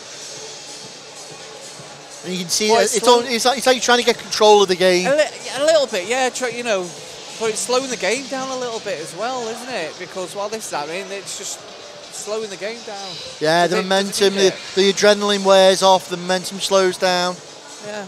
When I used to do a bit of refereeing, it was always about keep it flowing, try and keep it flowing as much as possible. Oh, he's called a penalty here by the looks of it. It does look like there's a penalty being assessed. What? And that's Beattie skating to the box. Well, Beattie looks confused. What's he called? Has he just been sent to sit the penalty?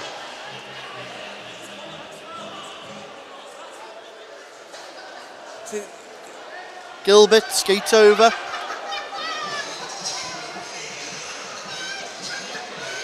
So another major's been assessed to Beattie. Well, that's absolutely devastating because that's going to put the Wild on a 5-on-3. Well, for how long now? Do you know when is that for the incident in front of their bench? Because he didn't call the penalty at all. I'm not too sure, Steve. It's looking like it. I mean, if you Widnes Wild, you'll take that all day long, wouldn't you? But that's why. And it's a tripping 5-minute major for tripping. Yeah. Normally it's a 2-minute penalty, so I must have missed something here because I never seen anything that looked that bad. But again, Solway now you can see the frustration spilling over.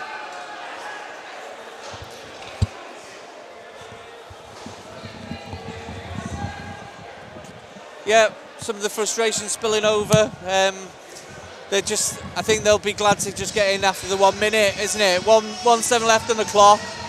Just get into that dressing room, regroup. At the end of the day, there's only one goal left. There's only one goal in it, so still nothing in it. And it does look like it is the trip on Hyde that's caused that.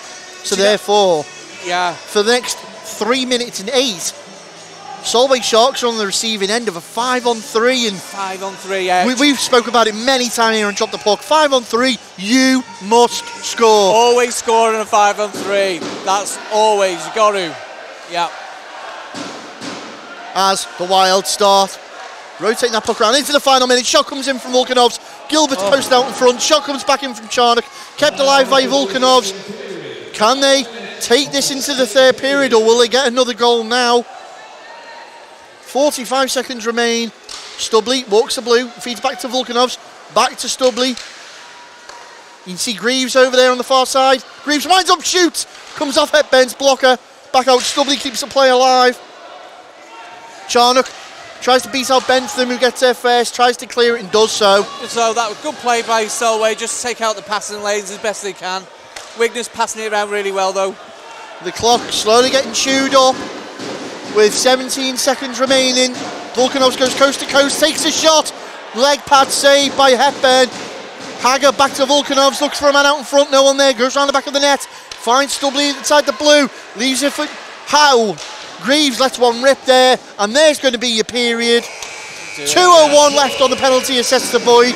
3:53 on the one to Beattie. Yeah, just how they were set up there, Widnes, very smart there. The two wingers stayed on the blue line, that forced the D to stay back, and he was able to break out end to end with all that speed. Really, really good play by Widnes there. Well, it's certainly not over here. We've got another 20 minutes of this absolutely smorgasbord of hockey. You can catch all of this right after this short break.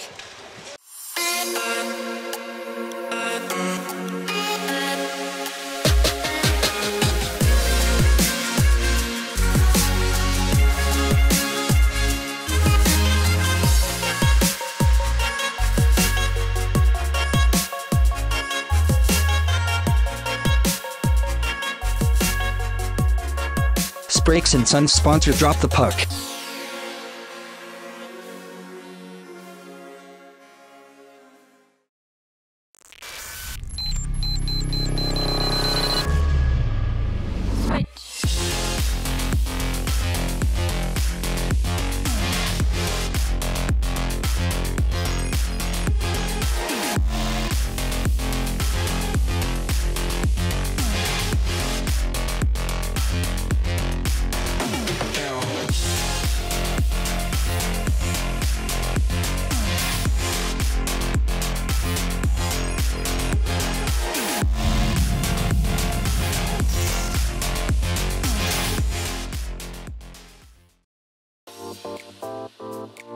Introducing the brand new Drop the Puck official online store.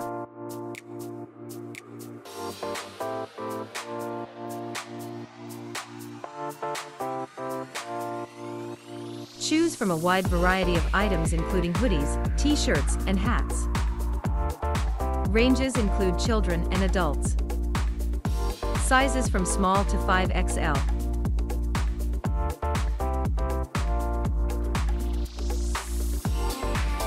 Place your order through our Facebook store.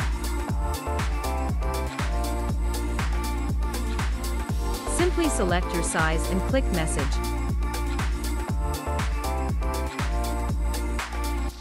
One of our team will assist you with your purchase. Drop the Puck official merchandise store, only on facebook.com/dropthepuck. Well, I hope you went to the toilet and got all your wee breaks out and made your brews and did everything you needed to do, because for the next 20 minutes, you should not be going anywhere. This is going to be one hell of a game. Steve, I'm hoping you've done all your ablutions and got everything you need ready. I'm ready. I'm really ready for this third period. It's been a cracking game so far, and it's still on the wire, isn't it? That's it. Still on the wire. Some say the 2-goal lead is the hardest one to defend in hockey. Well, I don't know when there's only one goal in it. Well, do you know what? I think the priority for the Solway Sharks is getting through this 5-on-3 for the next two minutes, isn't it? And then, even then, it's going to be 4 for 3:53. So that will be their priority to begin with. Let's get rid of that clock. Yep, very, very certainly. Only leaves them 15 minutes, so roughly, to do something, or just over. However, a goal is all that's required. And I think from a Widnes perspective, they'll be thinking, listen, guys, we've got to get another goal. We've got to get another one in now. Let's not forget we have Callum Boyd and Beattie, both in the box serving penalties. Boyd is for the charging call. Beattie's is for the tripping call. And it's going to be interesting to see if anybody does start a little bit of a ruckus, shall we say. Well, it'd be interesting, won't it? Yeah. As both starting lineups take the ice, and you can see the massively undermanned Solway. Well, certain players eating up a lot of ice time tonight. Bowie's been on there quite a lot, and we've mentioned Ben Thumb already, haven't we?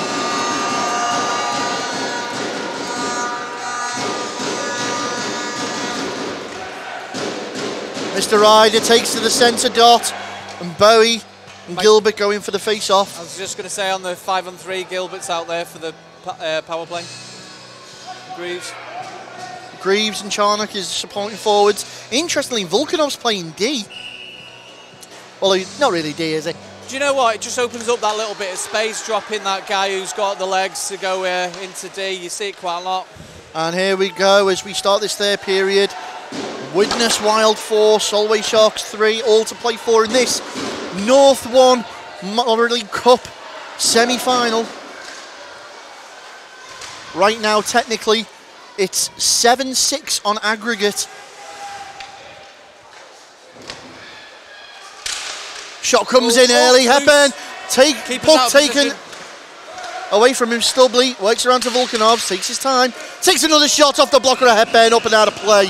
Great save, Callum Hepburn. That'll give him some good confidence to start this next period. Yeah, it was a good save. For a few seconds there, unfortunately, he slid out of position and there was an open net, but you know what, for such a big guy, he was very quick on his feet to get back in position.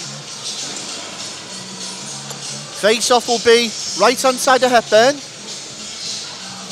He's just taking his time to put his equipment back on. Smart, he's getting his guys a bit of a breather. Yeah. And that comes into hockey intelligence and game management, Steve, which you can only teach so much. That's it, just slow it down, slow it down. Volkanov's back on the puck, finds Greaves, Greaves winds up, fans on the shot. Back by Volkanov's. Greaves gets the puck again. Takes his time, trying to draw those Solway defenders out. Sees an opening, takes the shot, it's gone through. Volkanovs gets it back to grinding a feed. Gilbert out in front, unable to do so, they clear it. And we're into the final 50 seconds of the penalty assessed to Boyd. He's really got a quick release, hasn't he? As we go back in with Charnock, skates round, looking for support. Back to Stubley at the point. Shot comes in from Stubley out in front, spilled up, trying to stab away at it. It's jumped on there by Hepburn. Volkanovs, a little bit of a shove afterwards, but everyone skates away. Don't come any closer to that, do they? Yeah. 1 minute 30 gone already in this third period. 30 seconds remains on the penalty assessed to Boyd. 2:23 on the one to Beattie.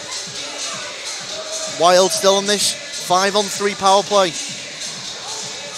Keeper's just slowing it down again. Have a quick drink for his guys. Yep.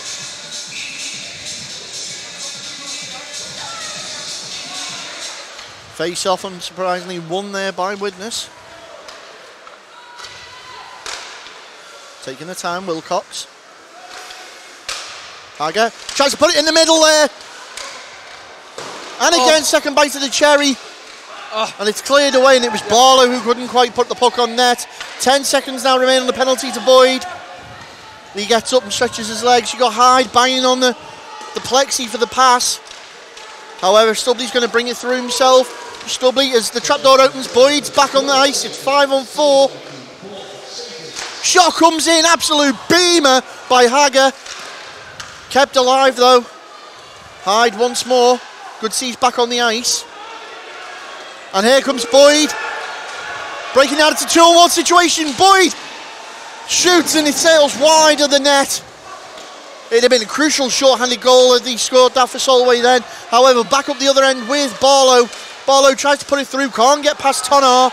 We're into 1:20 on the power play remaining now. Barlow quick out in front, trying to find a quick release. Hyde's brought down, and he's tied up there with Hepburn as he's been brought down. Well, from our point of view there, it looked like Tonar had collided with Hyde, who'd then collided with Hepburn. It was nearly a nice tic-tac-toe right in the back of the net there, but keeper pulled out trumps again.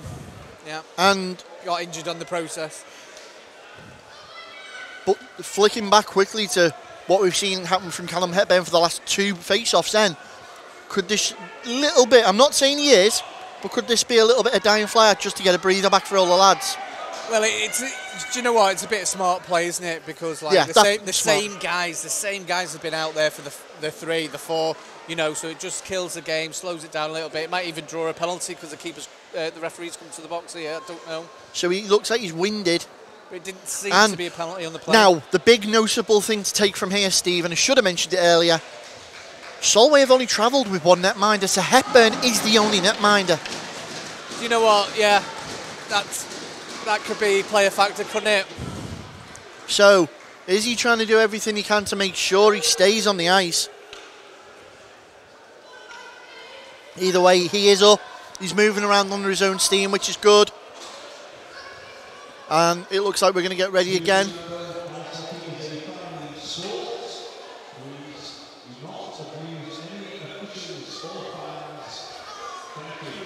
Just go back to what you were saying, Ben, before. These face-offs are so important, aren't they?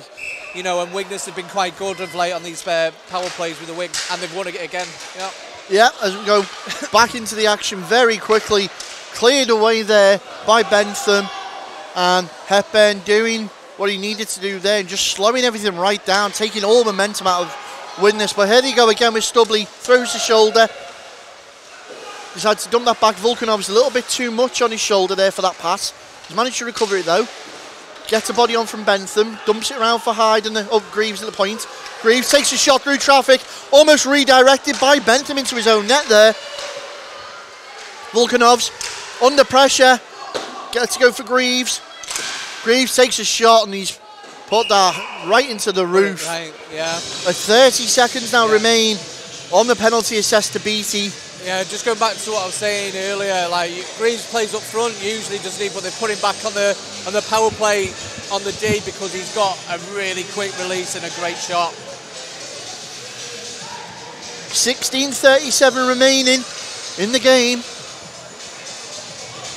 Still 4-3 in favour of the Widnes Wild. 30 seconds left on the clock as well for the power play. And again, face-off won by Widnes. Quick play by Wilcox, dumped that in the corner. Hager under pressure from Kerr. Over comes Barlow to support him. Back to Hager. Got to think quick as Bentham's down on him quickly. Hyde under pressure once more at the point. 10 seconds now remain. Puck's left the zone. Riley forces the Widnes forwards, backwards. There goes the trapdoor. We're back to 5-on-5. And Solway have weathered the storm as Hepburn gloves that puck out the air. And Widnes only have one goal to show for an almost 8-minute power play. They'd probably be a bit disappointed with that, I would say. Yeah. However, though, that one goal is enough for them at the moment. But you know what? Again, like after a 5-3, it is hard to change that momentum that we talked about. So the momentum's probably still with Widnes for the next couple of shifts. Can Solway get back into this game? Okay, it's so hard because they've been on the back foot for the last 8 minutes, haven't they? Face off, tied up by Solway there and come out. Gapper on the break. It's a little bit of a 3-on-3 as he enters the zone. Feeds it to Henderson. Henderson under pressure from Volkanovs. Turns onto the stick of Riley. Gets all over that one. He's found Charnock on a breakaway. Tonar's going to get there first. Hepburn rips it out the air. What a save, Callum Hepburn. That was, and do you know what? The only pass that was on there was using the boards, and he used it quite well because it went off the board straight onto his stick for a bit of a break. Nothing in it between these two teams apart from that one goal at the moment. Face-off will be right-hand side of Hepburn. And it's gone the way of the Wild, but it's come out the zone. Jackson under pressure by Gapper. Little bit of a mistake there has allowed Henderson in. He's got the puck turned over to Henderson. Tries to skate around it. It looked like his own player's skate took it off him. And now Murray ties up with Stubley. Volkanovs doesn't appear to be off the ice at all at the moment. Solway back in their own zone, forced to retreat and look at go again. Knocked forward by Gapper. Beattie skating in, rips one into the chest of Walker and out, and second bite is wrapped up there by Walker. 15:04 remaining in the game. And it is interesting, Steve, that you've got the likes of Beattie fresh off the bench now. He's just had an 8-minute sit, so his legs should be fresh as a daisy. He'll be ready to go, yeah, absolutely. Coming out there like lightning. Face off, right hand side, sorry, of Walker.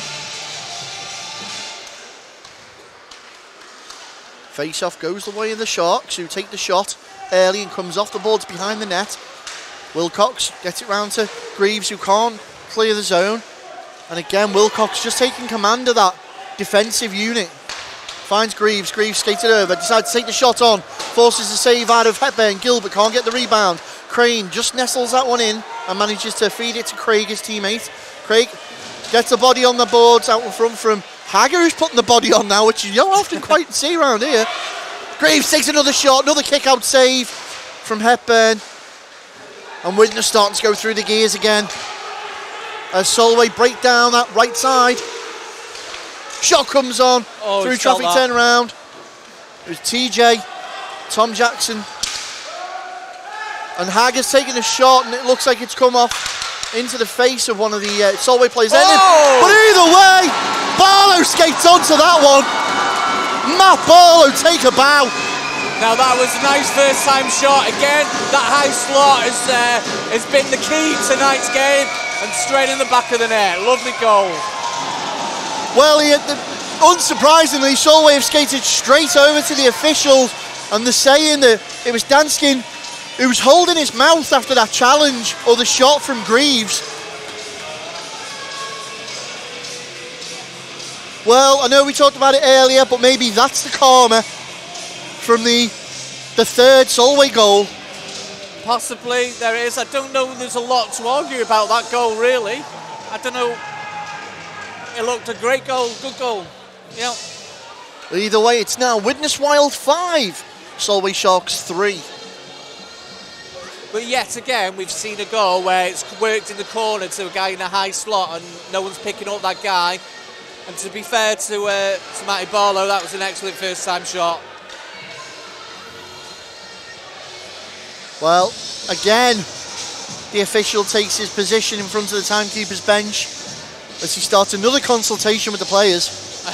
Yeah, it's a good job he doesn't charge by the hour. Make a fortune at this rate, yeah. It's been given, so we go back to the centre ice, and here we go again. Action resumes as BT looks to play it quickly, finds Houston. Houston, the Scottish whippet. He's been all over the ice this afternoon, causing Widnes all sorts of trouble. He's like the Duracell bunny, isn't he? He just keeps going. Stubbly into the corner. Hyde plays it back round.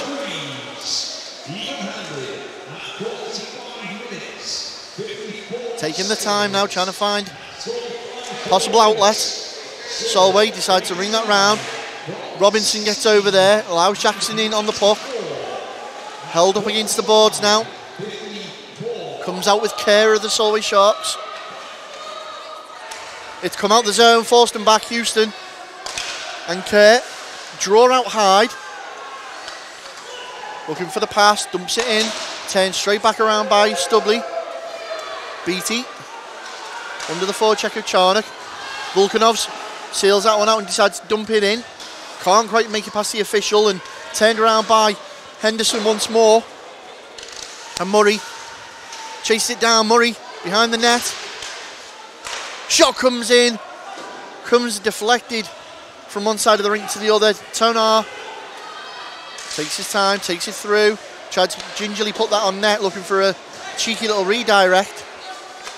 Now Bentham, you can see just this rotation that Solway have got going. Skate it in, dump it on net, let the puck come out, grab it and go back in. You can sense a bit of urgency around them now, isn't it? A bit more fire in the bellies, realising the clock's ticking down and they need to get back into this game. Yeah, 12:30 remaining in this period. It's now, well, it is Widnes Wild 5, Solway Sharks 3. 2 goals required for the Sharks to get back in this game.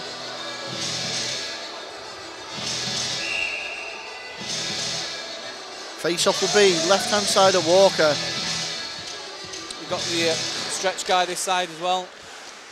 And you can see the high man there in the form of Gilbert as he tried to break around. It was well spotted by the defender of Solway. Gapper now receives that puck, looks for the big pass in the middle, finds it to Murray. Murray's got support, takes a shot, and there's an offside call. And the Wild fans sarcastically cheering the officials as they feel like it's the first call they've had all day. Either way, we're going for a face-off in front of the Wild bench.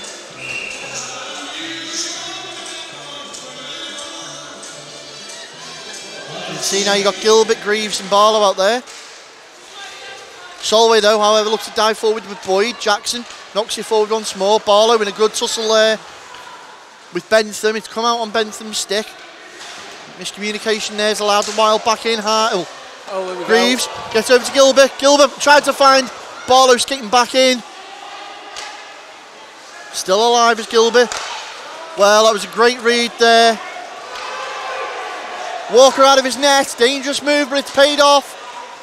Bentham looks to feed that forward to Tonard. Does so. Gains his own.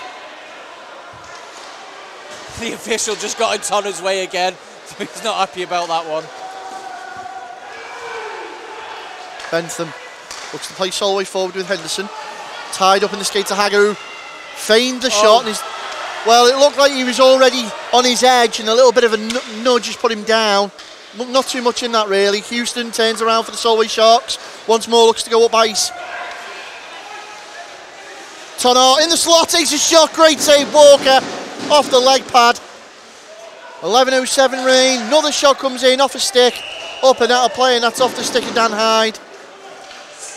Yeah, it could have been a penalty there. I've seen them given, but right in front of the ref, he didn't give it. 11:02 remaining in this third and final period. Still 2 goals to find for the Solway Sharks. Face off between Hager and Henderson. Danskin puts it around off the blocker of Walker.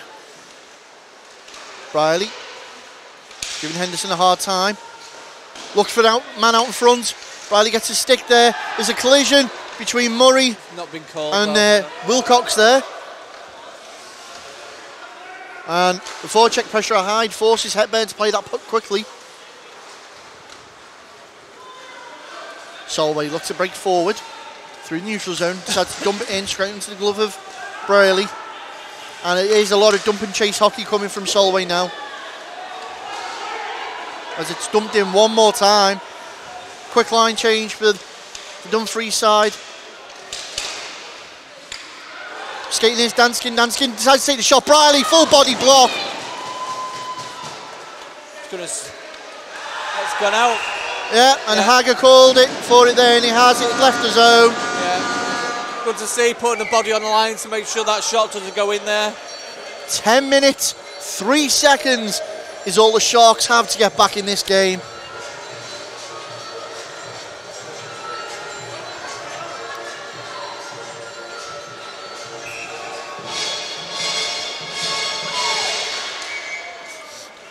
Face off. Picked up by the Sharks, shot straight on net, and Walker feels comfortable enough to let that go. Charnock. He's got Volkanovs and Barlow in support. Charnock round the back, looks for the wraparound. Great seal on the pipe there. Shot comes in, Hepburn, what a save! Callum Hepburn take a bow, absolute post to post. Another shot comes in from Volkanovs. That's probably one of the best saves you're going to see all season, to be Well, honest. that's certainly highlight reel, isn't it? Yeah, he just had all that goal to go for, and he connected with it high. And do you know what? He just managed to slide across and make this save. Brilliant goaltending there. Absolutely fantastic. Hepburn just taking a minute to compose himself after doing that. It again. Yeah. You know, surely the referee's going to get a bit frustrated with this because he's slowed the game down. Yeah, but I think after that lunge he's just done, he's just readjusted, Steve. He's like, all right, you deserve a break, go on. Just making sure the equipment's where it should be. Yeah. Oh, it's come off again. Here we go. Yeah. I think that's because he's got to put his helmet on first. There you go. Right, let's try that one again, shall we, gents? Right. 9:28 remain in the third period. Still 5-3 in favour of the Widnes Wild. And it's a quick draw in by the Solway Sharks. Burst forward with Gapper. Great poke check by Murray. Disrupts that play there. It's only come out to Bentham in the neutral zone. Over the halfway, winds up, lets a big one rip. It was always sailing wide. Walker feels comfortable to let that run. Fans get behind Wild one more time. Quick save there by Walker. And there's little jibs going in there with Hager. Oh, Hager and Bentham now. And Stubley's having words. It's not over the friction that started earlier. Has he called something here, yeah? And I think Hager's gone the box.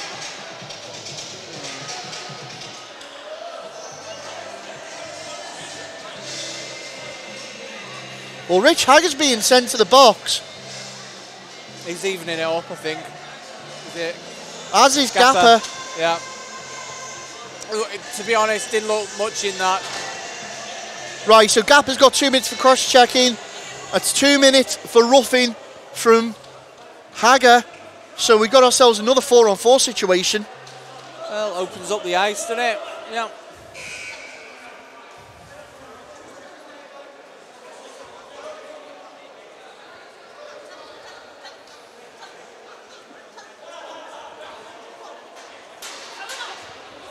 Well, you can see he's back in his office, is the official. And this time he's got a large council of players in front of him. Yeah, another consultation. Hager giving orders there. Just don't rise into it. Go on, he's saying.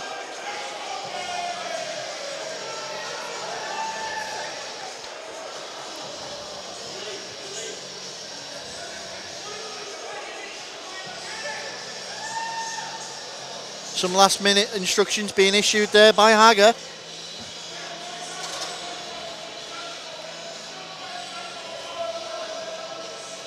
Wilcox delivering the note to the bench. Gilbert's going to skate back over. Bentham still protesting. But either way, both 19s go onto the board. 2 minutes, 4-on-4 hockey. Even Walker's out of his net now, chatting away with Houston.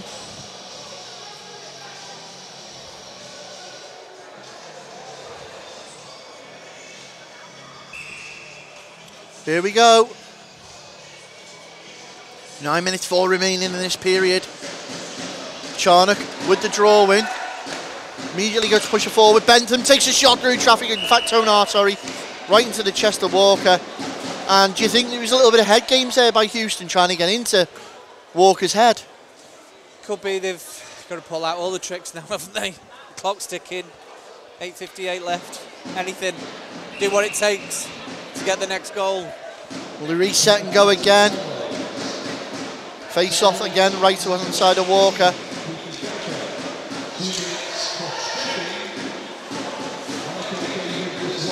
Still Solway in possession in the wild zone. Managed to get it out to Tonar. Boyd lets it run. Houston. And here we go. He's let the puck run a little bit as Tonar. He's under pressure from Charnock on that forecheck now. Boyd comes back to support. He's got Volkanovs in front of him. Volkanov puts a stick in. Can't get it. Tried to just calmly wave the wand over that one. Can't beat Walker, who wraps that one up. 8:22 remain, 1:18 in the penalties. No, he did a good job there, nice and solid. And the fans getting behind their team once more here. They're feeling it, they're feeling it.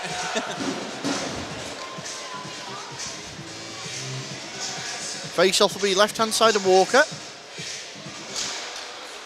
Quick win there by the Sharks. They tried to get the shot on, but Body's blocking it out. Dunskin once more at the point, decides he wants to play it in for Henderson. Briley has a different idea and turns it round. Picked up by Bowie. Bowie looking for support. Will he play it through the slot? No, Briley again doing his defensive duties. Shot comes in into the glove of Walker. That was standard for him, wasn't it? Yeah. Still 55 seconds left on the power plays.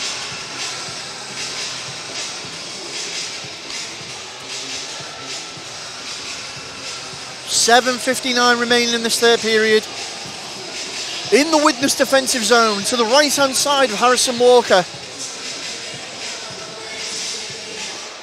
Face off one, quick play there. Great blocker save by Walker from Kerr, who got the shot off. Walker make it look easy there, didn't he? He made sure the rebound went into the corner as well. And Barlow's left the puck behind, jumped on there by Bowie. Bowie skates into the corner once more, this corner play. That's all it's been about today. And miscommunication there and a little bit of unfortunate. Fan on the shot. Yeah, look. It's just Mint Kerr. Could be some tight legs coming out. Could be. Charnock turns that round once more. Plays off the boards. Dunskin forced to go back behind his own net. 15 seconds now remain on the power play. Solway looking to break out. Down that right-hand wing. Support. Takes a shot on. Walker's gloved it back away. 4, 3, 2. Trapdoors open. Both 19s return. 5 on 5. Here we go. Gilbert looks to get Hagger on the break immediately. Does so. Hagger space in front of him. Dunskin tries to get his stick in. Tried to find Barlow behind. Picked up by Gilbert, who put it back through the slot. No one there except a Solway player. And Solway looks to clear that puck forward. Held up just out in front of the boards with Gapper. Still, Peter Gapper takes it in. Has it taken off him, dumped into the corner once more. Big body on Briley. Rides the check. Dunskin picks the loose puck up. Takes it into the zone. Calm shot there for Walker to deal with. Houston tries to keep the play alive, can't. Gilbert pursues his man in the form of Boyd. 6:17 now remains in the game. The hill ever so slowly getting steeper and steeper for this Scottish team. Shot comes in, deflected back out. Walker, it looked like it was off the post. Again, Walker kick out save. Harrison Walker being tested here late in the game by the Sharks as they smell blood in the water and they're going for something. Yeah, you can't rule out Solway, can you? They've always got the ability to get back into these games. 5:40 now remains. Dumped in once more. Bentham keeps a puck alive. That's going to be an offside almost. Well played by Solway to avoid the penalty there. Bentham now. Creating himself a bit of space using the net. Crane. Let that run a little bit too much. Beattie and Gapper. Can't get there. Wild look to turn that up ice once more. Nice tip, nice tip, nice play. Finds Charnock. Charnock tries to find Barlow out in front once more. Let's go for Charnock. Drop pass. Volkanovs. Back to Barlow. Barlow shoots. Absolute crucial deflection there by Beattie. Bentham dispossesses the three forwards. Puts his stick all over it. And it's going to be Gapper to chase. Gapper through on Murray. That looked like a bit of a slash on the play there. Well, Murray and Gapper now a little bit of handbags. Yeah. And the intensity of this game just does not give up all day. Another shot on net. Sticked away. Walker, teddy bearing everywhere, trying to get back on his feet, does so. Kept the puck out there, more importantly. Bentham takes a shot, gloved around the corner by Walker. Bentham under pressure from Volkanovs. Big body on, Stubley there. And Solway doing everything to try and retain the puck in the wild zone. They're working this puck well. As you can see there, Stubley and Bentham just on that post. And Wild managed to clear it. 3:50. Quick line change, trying to catch him off guard is Tanar. He's found Houston. Wild players all now out on the ice. Shot comes in, Walker blocker save once more. Tanar puts that wide. Picked up by Hyde. Tried to dump that across for picked up by Robinson, but intercepted by the crowd of Solway players in central ice there. Again, Tanar with that pass, really tight line. And now onside to take the shot. Bentham down the throat of Walker. Yeah, that'll do him some good just to have a bit of a break. You can clearly see the Sharks have stepped it up a notch there. Now, the interesting thing I've got to ask Steve is, you're 2 goals down, there's still 3 minutes 18. Do you contemplate bringing Hepburn out of net? Right, so I was watching the Tampa Bay last night, and that's my team, but we were 4-0 down, 3-0 down, let's say. 4 minutes on the clock. Coach Cooper made the decision. Do you know what? Let's gamble for it.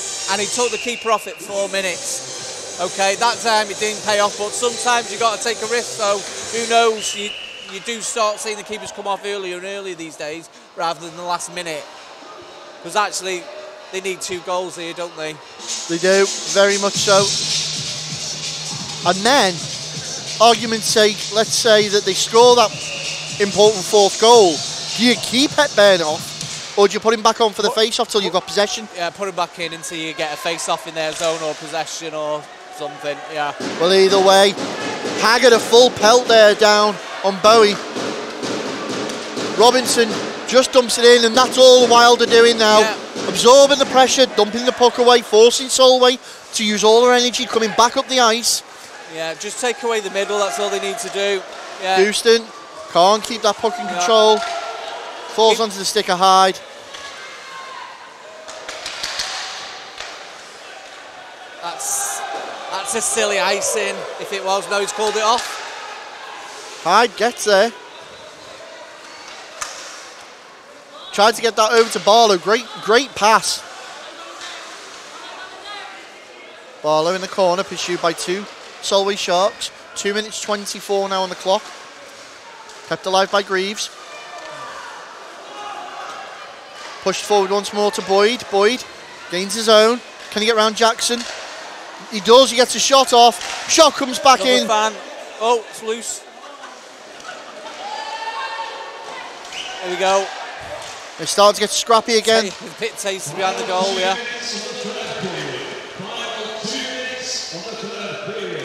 I've got one eye on Hepburn, one eye on the net, and it's in from Houston. Now you definitely know they're going to try and pull a netminder. Yeah, do you know what? He's been like energised all night, and again we see that puck come to the point, and he's able to put it in there. Not a lot the keeper could see about it because there was such a crowd in front of that net. Great goal. 1 minute 51 remains in this game. It's now Widnes Wild 5 at Solway Sharks 4. And do you know what? That is the time to get that goal, isn't it? Because you've got 151. You've got options. Do you pull the keeper? Do you just go for it? Do you go time? Exactly what I thought they'd do. They've called a timeout. Yeah. Over there. Yeah. Probably a good decision there. They're probably on the bench right now saying, look, guys, we're right in this game.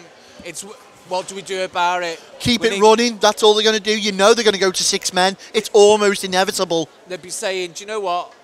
Let's just keep it going as it's going because they've just had to jump right on Widnes there.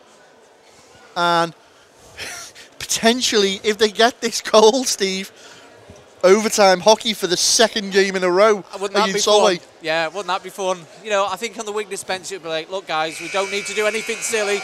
We just need to be like solid at the back, kill the clock. And you can hear the Widnes fans there trying to give the Wild team a big burst of energy. Well, they're certainly getting value for their money, aren't they? Definitely. Yeah. Well, both their teams turn to centre ice. Last throw of the dice in Vegas for the Solway Sharks.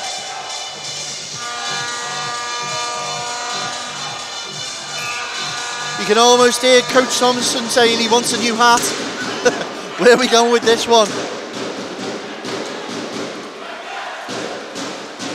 Tonar skates it forward, passed on, eyes, go to Hepburn.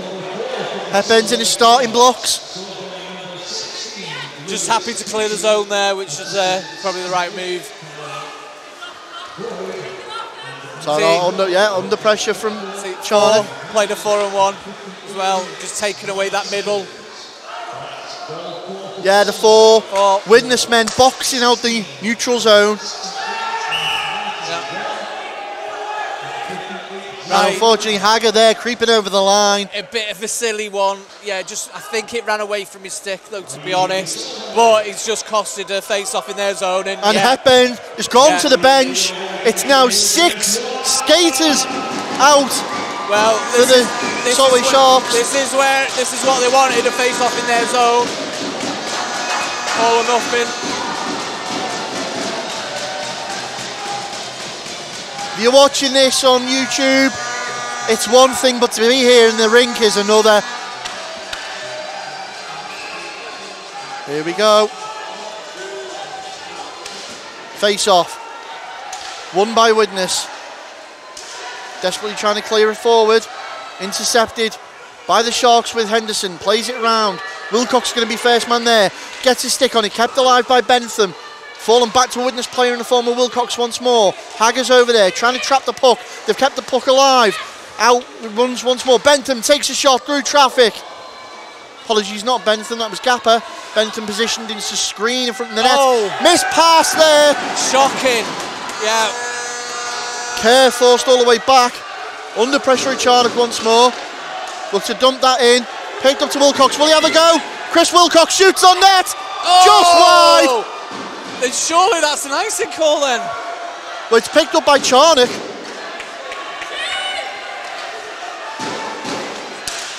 Picked up Bentham, block, centre ice. Bentham skates it in, waits for everyone to get onside. Final 20 seconds. Gapper tries to keep it going. Bowie in the corner. Into the final 10 seconds now. Can Solway do this? The noise from the fans here at Widnes. They play it out. Jock comes in, trying to find the deflection. There's the buzzer. What a performance.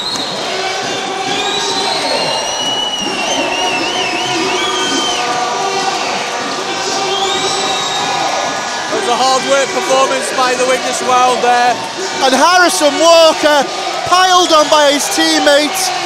Commiserations to Solway Sharks. What an absolute performance they put on today. They're definitely put in a shift there. They should be pleased with themselves because they've worked so hard in this building, and it's really appreciated by the fans. You can hear them all screaming. 2 weeks ago we saw this fixture in the Moralee League. It finished 6-5 after a shootout in favour of the Solway Sharks. Last night in Dumfries these two teams played and it finished 3-3. Tonight it finished 5-4 in favour of the Widnes Wild. I'm not going to lie, I'd pay to watch a fourth game. It just shows all the hard work has paid off tonight, so congratulations to the Widnes Wild. They've had a fantastic game here tonight. Well, that means that the Widnes Wild now progress to the final of the Northern 1 Moralee Cup. Their opponents yet to be decided. And what a game it's been. We're going to get the views and the interviews with some of the players about this absolutely stunning match. You can catch them right after this commercial break.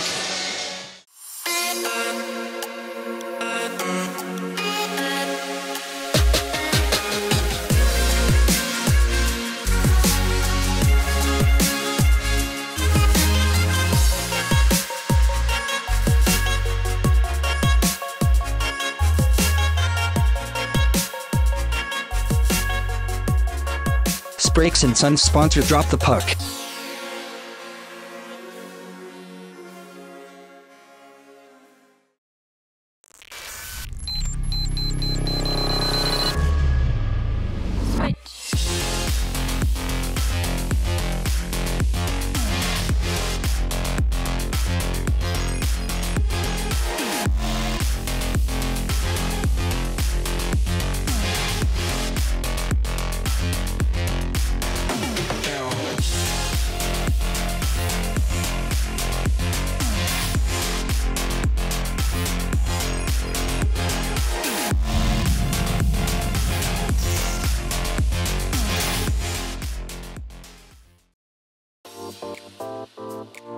Introducing the brand new Drop the Puck official online store.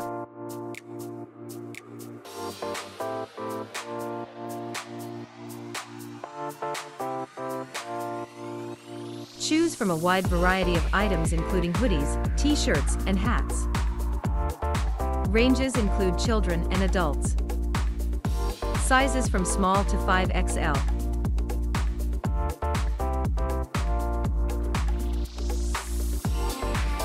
Place your order through our Facebook store.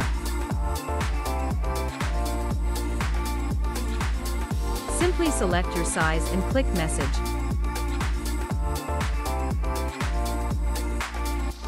One of our team will assist you with your purchase.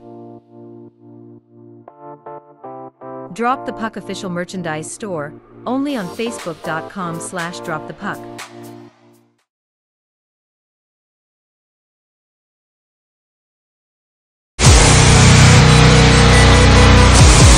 And with the head coach of the Solway Sharks, Jamie Thompson.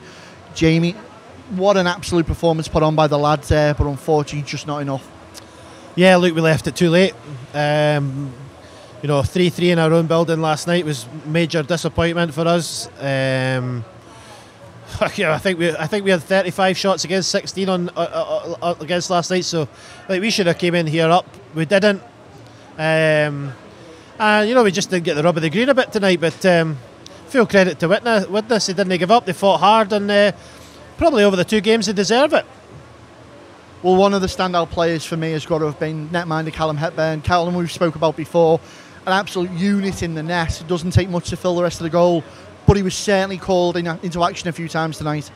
Aye, look, we're blessed with good netminding until this weekend, and we're down to 1 tonight. And Callum's got a pulled groin before this game, actually, so knowing that he's injured coming in here, he played really well tonight. But he was due as one from last night, and he knows that.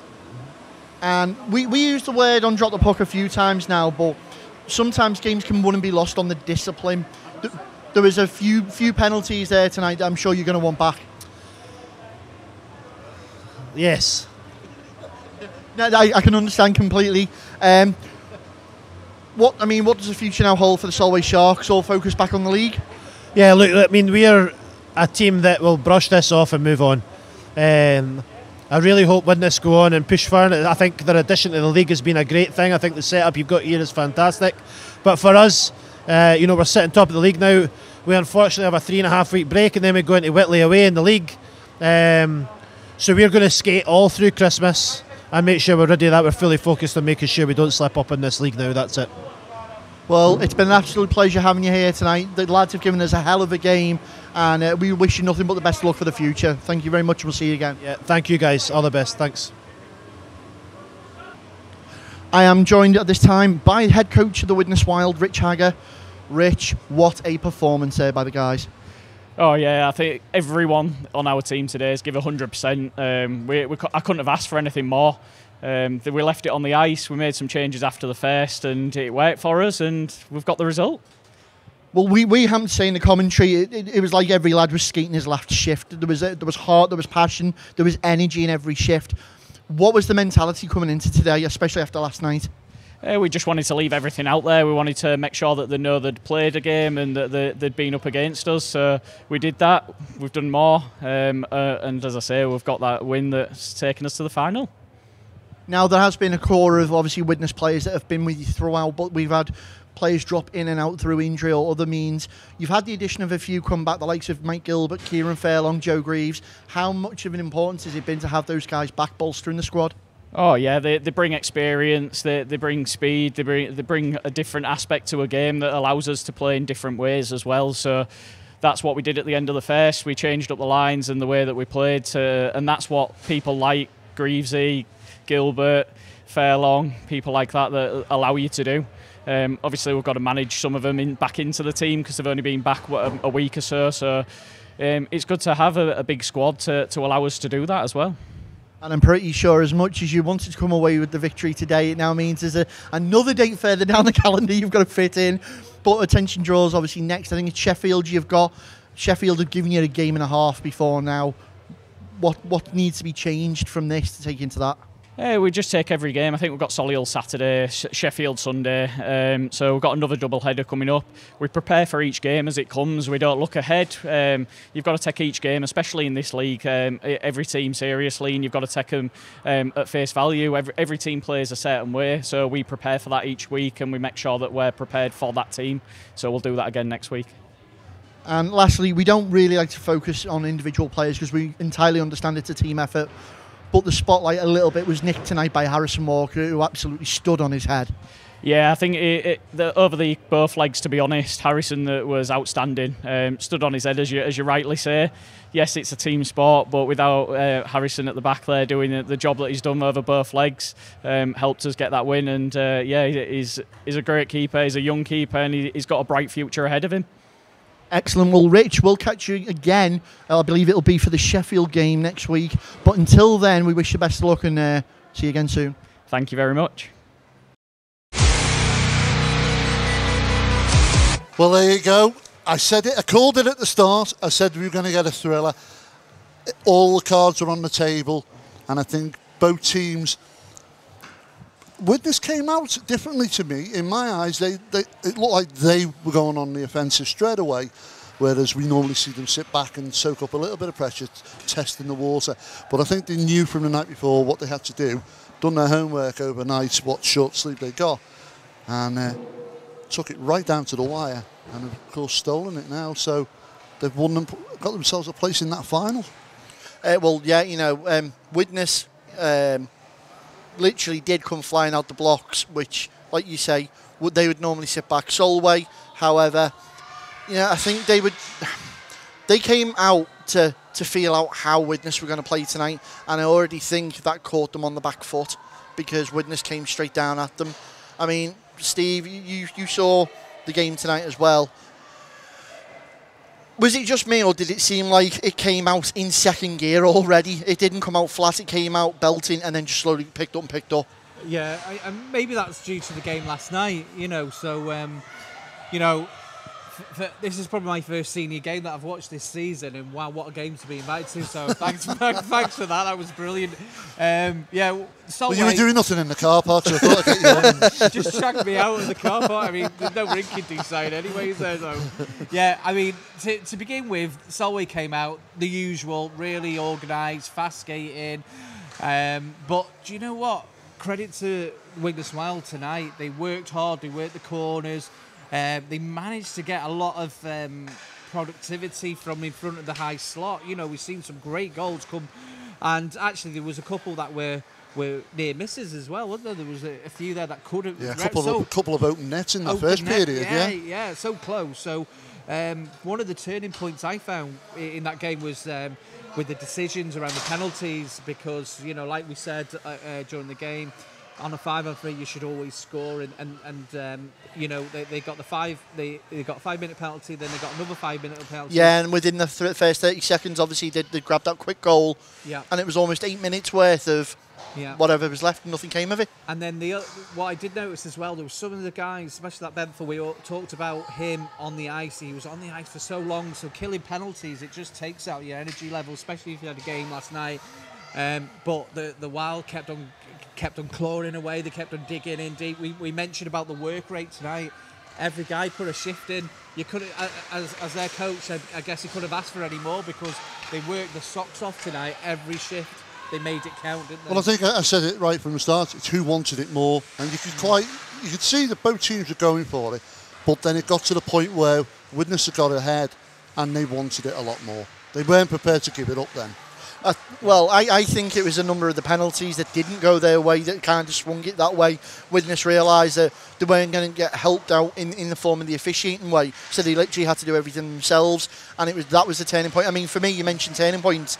The turning point in the entire game was that charging call on Boyd when he banged Wilcox into the boards, and I thought, here we go, there's your sparks, there's your gloves, there's, you know, this is the fire Widnes need. And then everyone sort of cuddled and like, no gloves dropped. I think you guys mentioned it during the commentary. That why would you go and do something as stupid as that? Because it was very costly in the game. It was a massive turning point in the game, and it was really costly. You know, these things happen, and do you know what? Again, there was a decision, wasn't there, which went against the Widnes Wild, where there was a penalty, and then the penalty had just finished, but they weren't sure whether they should have had the fifth guy out there, but there was no one on the penalty bench to come off. So yeah, a bit of confusion, obviously, while they were thinking about it. Well, it's obviously a bit of a distraction. It's a distraction, and you don't know, I think they were thinking, well, do we put the player on from the bench or not? But while that's going on, the guy stepped into the middle, took a shot and scored a goal, you know. So that was unfortunate, and it wasn't their fault, but the reaction and the response they got from the guys was phenomenal, wasn't it? But, you know. Well, Solway were in that race all the way until that third period, and I think, you know, you've got to feel sorry for them, because they're top of the league, and they're proving that they're quite rightly to be there. But when it comes to cup games, what is it with Widnes? They just love their silverware. They love their silverware. They do, but every team has got their bogey team, and I think Solway have found theirs in Widnes, to be fair. Yeah. But ultimately, you say that, right? Speaking with Coach Thompson in that interview, Solway already know what they've got ahead of them. So they've got a 3-week break, which is going to kill all momentum and flow that they've got, and then they go straight in against Whitley Warriors.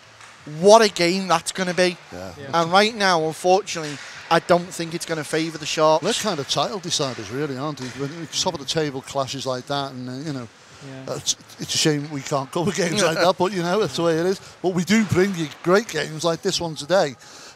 Solway, every time we've had them now, it's been one hell of a game. Well, yeah, you kind of expect that when you're riding high, that high up the table, and with the experience they've got as well. Yeah, do you know when you play the likes of the Solways and the Whitley Bays, you've got to step up your game. So you know you see the best out of players because you know if you don't step up, you're gonna get a toasting like kind of thing. So everyone has to come to play, and that's just hold the mic a bit closer. And I think that's what happened tonight, wasn't it? Everyone came to play, and they certainly did, and they got the result they wanted. Well, yeah, it's certainly been an interesting one, and it's one I'm going to go back at a later date and watch from our archives. I'll tell you that of course, much. yeah, of course you can catch this and previous games of 8 seasons of Drop the Puck. I know, yeah, it seems that long, Ben, doesn't it? Yeah. I remember when he was a lot taller. Yeah, he was, I was getting smaller in the old days. Stevie, what are you doing? Yeah, you can catch this game and other games on our YouTube channel, of course, if you're already watching it. But of course, you can follow us on social media. You can get us on Instagram, you can get us on Facebook, you can get us on Twitter. Of course, you can get us on the YouTube channel, BASN TV. And follow us on our website as well, which is basntv.com. Of course, don't forget, we've got our merchandise page as well. Little plug there. Of course, yeah. If you want some Drop the Puck hoodies, Christmas presents. Yeah, of course, yeah. Woolly hats, beanies, it's all there. T-shirts as well. We do them in kids right the way through to adults, so you can get that through our Facebook store. Well, Steve, it's been a pleasure having you here again. No doubt we will see more of you as the season progresses. Looking forward to playoffs as well. Hopefully you'll be able to join us if we get involved in those. It's been a great day here at Widnes again. A lovely result for Widnes. Sadly, it's a long trip home for Solway. Sorry, wrong way. It's a long trip home for Solihull, but nevertheless, they've still got a long way to go, yeah. So have we. I've been Gary Lee. I've been Ben Lee. And I'm Steve Fellows. And we've been Drop the Puck.